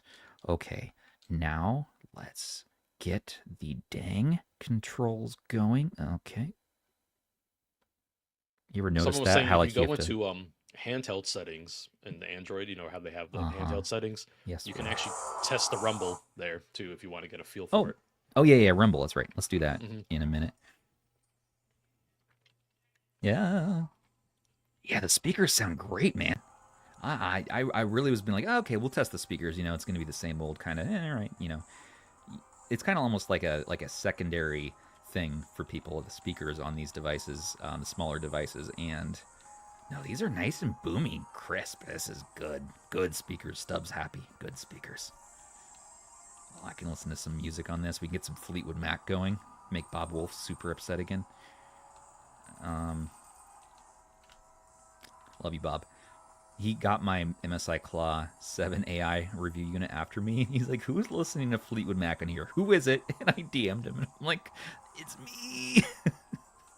And he's like, why? The best is I saw that, like, I think I saw it on Twitter. He posted it. I was like, Stubbs. That's all I thought. It was just like, I knew it was you. He's like, who's listening to Linkin Park? And then immediately after that, Fleetwood Mac. I'm like, dude, Tusk is an underrated album. I don't care what anybody says. That was Lindsey Buckingham's cocaine phase, and I'm here for it. Honestly, like, he was cooking on that album. Everybody likes Rumors. But who appreciates the after albums? Tango in the Night, sure. You know, Sweet Little Lies, whatever. That's all good stuff. But give me a good Tusk. USC Marching Band, 1997, live show, that performance. Go YouTube it. It's the best freaking performance of any band of all time, and I use it on all these handhelds to, like, listen to the speakers. So I can't show it because copyright, but hey, you find me a better song. Mike's saying he appreciates the lack of bezel on the screen, and I agree with that. The screen looks really sharp. Horizon Chase is a great game to show off colors. I love it. Oh, yeah. Especially if you get it up close and the camera lets you saturate a bit more. Like, look at that OLED, guys. Look at that OLED. Look at it. Look at this. Okay. And the viewing angles are very nice as well. We are turning it all the way to the side here. All the way to the side, and we're still able to play. Yeah, those are little RH. So solid. We've come so far, you know. We really have, man. So again, people watching, just tuning in now, this will not be a performance benchmark video. RP5 is such a known quantity, that Snapdragon 865. But what's different on this versus the RP5? Oh, I like the L1 and R1 too. I like that. That's so easy to push. What are these YouTube shills saying right now? Well, I'm saying this is a recommend so far, but watch Russ's review, watch our review, watch Rob's review. Everybody has things and thoughts. Aiden, I guess, wasn't super hot on it. He was saying, so I don't know. He was DMing me earlier saying not sure, but Aiden might be incorrect here. I don't know. We might have to have like a retro fight over this. I'm not sure. This is very nice. This is very good. I'm very happy. Not only have they given me, I mean, this is the first clamshell I think could be a true follow-up to the GPD XT finally. Everything has disappointed me. And I tried to let Powkitty cook on the X18S. I tried to let Retroid cook on that RP Flip 1. But just it didn't meet the mark. It didn't meet the mark. This so far, for, you know, issues aside that we may discover soon, maybe this stream so far. And that's the thing. I mean, good. You're not going to pick up on everything in the first hour using a device, you know? I know, but we're trying. And that's how good a lot of these devices have really gotten, is that, yeah, I mean, they're mostly pretty good out of the box. Yeah. What's next? What do you want to see? What would you like to do, sir? I don't know. What are you feeling? What feels right to you? To me, I just want to go on the couch and go play with this and turn off the stream. That's what I want to do. But I think what's the best use of everybody's time? Yeah, let's do the Rumble test. We can go into handheld yeah, let's settings, do that. Okay. So you can kind of get a feel for that and see. If we're kind of winding down on the energy here on what people want to see, I'm happy to kind of stop it while we're ahead and be a 3-hour stream instead of a 4-hour stream for once for our device streams. Well, especially because a lot of more follow-up content's going to come. You know, we don't need more hands-on time with it, you know. Yeah, exactly. But you'll be waiting. You know, ETA Prime had a video come out this morning. You can all enjoy after this and watch that. Russ tomorrow, maybe the next day, and give us a little bit of time to get stuff going as well. Okay, so we have, let's do the highest vibration test. It's not vibrating though. Should it be vibrating? Uh, they Test. someone Oh, there's a said test button. Oh, there you go. There you go. Let's get the microphone back out. I like how your camera was shaking, like as if it was just like tied to that. Can you hear that? We're not That's not nice. gonna be able to hear any of it. Okay, well, let me relay it. So it's shaking throughout the body here, and yeah, the highest, that feels very nice. So it feels like there are... Oh, I can hear it. Yeah, I can You hear can it. hear it? Okay. I heard it for a second. Yep. Let's do high. That's Yep. reasonable. That's modest. Medium is the default, and that is definitely modest, but it's a little more nuanced. It's kind of like a Switch Pro controller. I like that. Low. Oh, that's subtle. That goes deep. That's like a deep little subtle, feel it in your hands, Rob. Highest, though, that's too much. I think medium is correct for the default. Yeah, that gives you a nice low feeling for the vibration and the high motor as well. So it feels like there's two motors in here. Should we open this up and see what's inside, though? I want to see if there's two motors. I'm curious where the battery is. Yeah, I'm curious, assuming too. I'm assuming it's Let's open it up. probably on the bottom in the middle. It's got to be. Where else would it be, right? Yeah, let's get into it.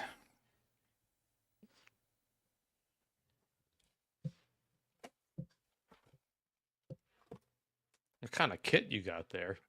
This is a IFU, Innovate for Us, IFU, and it's an electric-powered little screwdriver there. I should get like a iFixit. I talked to them at CES. I'm like, you want to send that over? And they're like, who the hell are you? Why are you talking to us? All right. Well. iFixit doesn't really do that kind of stuff. They're like, just you can just go buy our product. How about I know, that? but Linus Tech Tips dudes were right behind us, and they walked up like, hey, and they're like, oh, hey, oh, yeah, so do this. I'm like, well, one day, we gotta get to that 100K mark. Okay, I can't see what screws in there. I'm guessing it should be a standard, T5 maybe, you're thinking? Wait, it's Torx or is it Phillips? No, what is this? This is a Phillips. No. Which one is this? What's inside the device? This is a S2 FU, S2PH00 size. No, what screws are being used on the device? That's the one. This is the one that fits. Oh, see? No, you don't just go based on what fits. You got to visually look at the screw. I can't visually see it. It's deep in the hole, man. Deep in the hole. Geez. What do you want me to do here? Hey, I'm no Rob the Retro Tech Dad, but I'm doing my best. I tell Retroid, please Sounds like you're drilling a cavity or something. Well, maybe just your mom. Let's do not your mom, no, but Definitely. That's a deep cavity you got there. Yeah, I think it needs the next size up. Let's see. What is this? But no, it feels like it is a Philips for sure. This is making me very nervous. Yeah, this could go horribly wrong. This could be a terrible idea. I wonder if Chris from Retroid is just yelling at me in DMs right now to please stop. But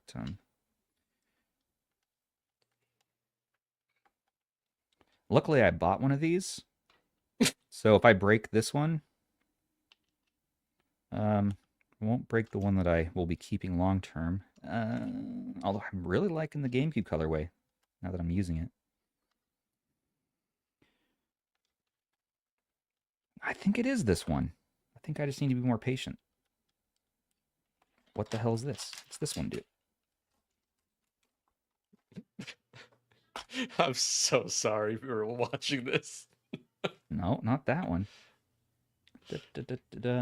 We're not really this sort of YouTube channel, but this is just like I have these if we need them, because sometimes if we're the first to do something and people really want to see something, then this is what they have to contend with. And I want to at least give the people what they want. This one? This is very upsetting right now. Use a light. Shine a light in there and check it out. Yeah, that's a good call.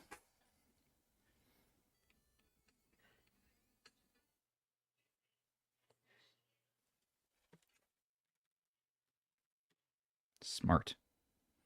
So the light helps us know that it looks like a Philips. I don't know, what can you see, Rob? Or is it a tri-tip? It's really...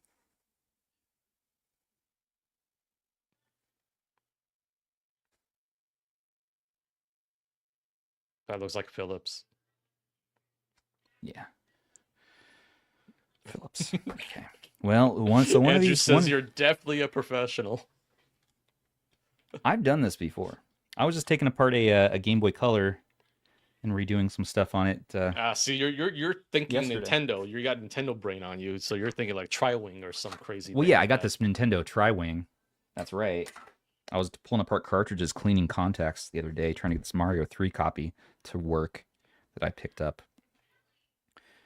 And I actually had to use Brasso. It was so dirty. It was the dirtiest cartridge I've ever seen. The contacts were just destroyed. I didn't think there was any saving it, but I used Brasso and got the stuff off. And finally, that Mario 3 booted up on my old NES.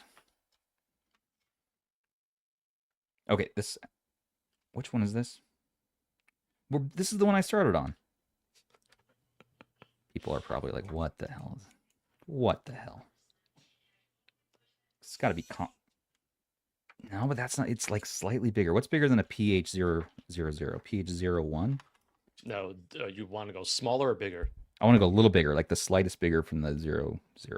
0. Oh, just regular 0? Yeah. All right. Regular 0. You got to fill 0 in there? Well, you know what I might do? You know what I should do is amazing. I'm sorry. Have fun. I hope you're having fun. This is one of Retroid screwdrivers, I believe. So I wonder if... Let me pull out a Retroid kit. Let's do that. It's not that one, but it's something. It's something close. Here's a Retroid screwdriver. Nope. Bigger than that, too.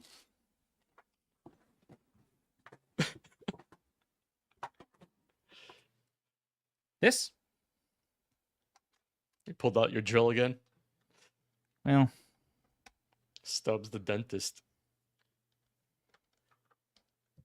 They really don't want us opening this, do they? So far, that size isn't working. Nope. We're just going to keep going down the line. I was like, oh, it's going to be so great. We're just going to quickly get these screws out, open this bad boy up, but we're just wasting air now.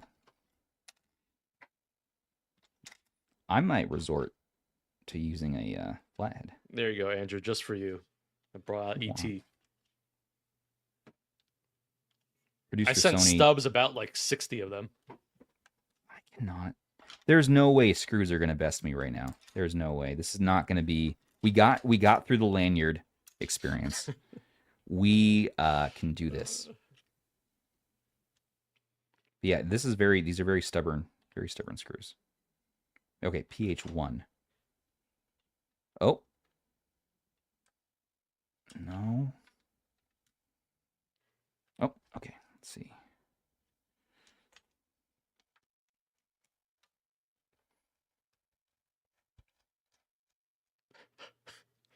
Chat's having a lot of fun with you right now. Wait a minute, where'd this isn't even the screw that was in there. This is just a screw that was magnetically clung on from some other project. My God. Andrew says you should try to blow on it. No, Andrew. No. Someone turn on the you know what you need right now. Just lean into the problems I'm having. Just really lay into me. There you go. That's the music you need. This is the part of the stream where we're going to see people actively drop. We've lost 100 people during this segment. Yeah, it sounds about right. And then there's people who are invested in... No, not that one either. Get out of here. Well, some want to see if you in fact break the device. Yeah, that's what's fun. Really? Really? My 3 print's going to be done by the time we're done with this stream. That's impressive. It's not the PH1. You're right. I need a PH... Oh, here's a PH0. Okay, here's a regular PH0. That doesn't fit either. The screw came back. Get out of here. We have some invested in chat. No. PH0 doesn't work. This is some sort of... This is a problem. This is a real problem.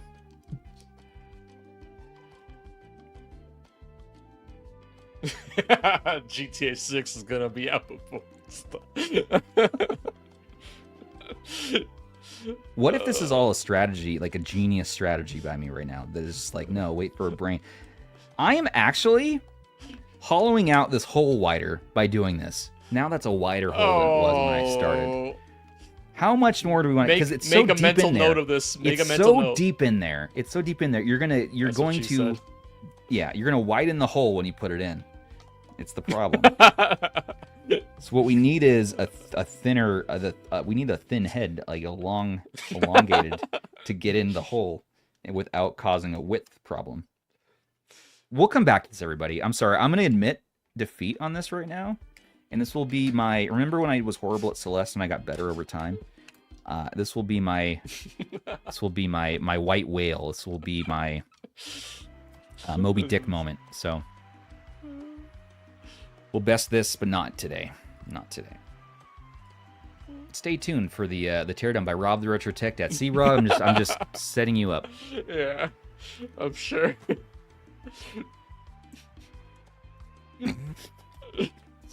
Whatever. Okay. Amazing. Anything else anybody wants to see before we wrap up and you can move on to other content and the rest of your Mondays? I think you need food. I do. I'm so hungry and feel dumb. Dumb and hungry. All right, well, let's get our... Thank you, Rob. Let's get our outro music going. Yeah, let's wrap this up. 3 hours. 3-hour stream, not bad. You can skip the last 20 minutes, I'm sure. So, all right. What did you all think of the Retroid Pocket Flip 2? This one has been, so far, very impressive for me as far as the ergonomics, the buttons, the differences from the RP5. I like the RP5. It's a little wide for me, and I tend, if I'm going to play an Android device and I'm going to sit down and enjoy a session, I actually tend to go for like the AYN Odin 2 Portal at that point for a horizontal, over picking up my RP5 these days, or even like a G Cloud. But when you're talking about clamshells, I will always go for the clamshell format first. And so for many years, just to summarize, for many years it's been the GPD XD for me. And the Flip 1 did not meet that mark. And the Pocketability X18S did not meet that mark. But this one, so far, is meeting that mark. And we're going to be doing more testing, getting into more stuff with this, figuring out how do I do a teardown competently. We'll get there. We'll get there. Rob, do you have any final thoughts so far? What was your sort of takeaways during the stream? No, this looks really nice. This looks solid. I think pocketability is going to be a big thing for a lot of people, and that's obviously one of the big appeals for it. The top design is hideous, but once you open it up, you kind of forget about it. Screen looks great. Everything looks great. I mean, from what you've shown us, this looks pretty solid. I'm excited to get my hands on this too. Can you hear that? That hinge looks nice. So it definitely looks like an improvement over the first model too, which I'm happy about. They've done their homework. Yes, sir. You little flippy poop. Yeah, we're good. I like that you can pocket it too. Like I like that you can quickly do another pocket test. Yeah, do it. Yeah, got that's the lanyard. Nice. The lanyard hanging out. Like that.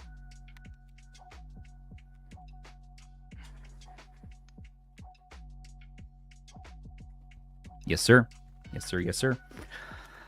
And so, yeah, I don't know if we should cut down this live stream into like a produced video and get like just the best bits and maybe release that so people don't need to sit through 3 hours, or just use the timestamps. You know, I don't know. I probably should just get started on the produced video after lunch, and we'll see if I can redeem myself for that awful teardown. I'm gonna kick myself all day for that one. Anyways, yeah, everybody, thanks for hanging out with us. And we still got a podcast tonight, too. Oh, we have a podcast tonight. What are we going to talk about? We're going to talk about Switch 2. We're going to talk about a little more, probably Flip 2 hype. We're going to talk about how the tariffs are super annoying right now, and how is it the end of budget handhelds. Or is this all just a bunch of FUD and will be a nothing burger come June? We'll see. We'll see. Yeah. But hey, what were you going to say, Rob? No, I was just saying it's a very fluid situation right now. So. It's so fluid. Yep. I'm going to get this device open. I'm going to be stuck. I'm going to spend the rest of the day figuring out which damn screw. I think it's a 1 because I use the 0. I use the 0. But hey, 2 hours later. Yeah, okay, producer Sony. Let's get on with everybody. Any final questions in chat? Me, baby. Oh, thank you, Rob. Thank you, Rad. Sony. Oh, Sony already took off. Well, thanks for however long you were here. Thanks for helping us.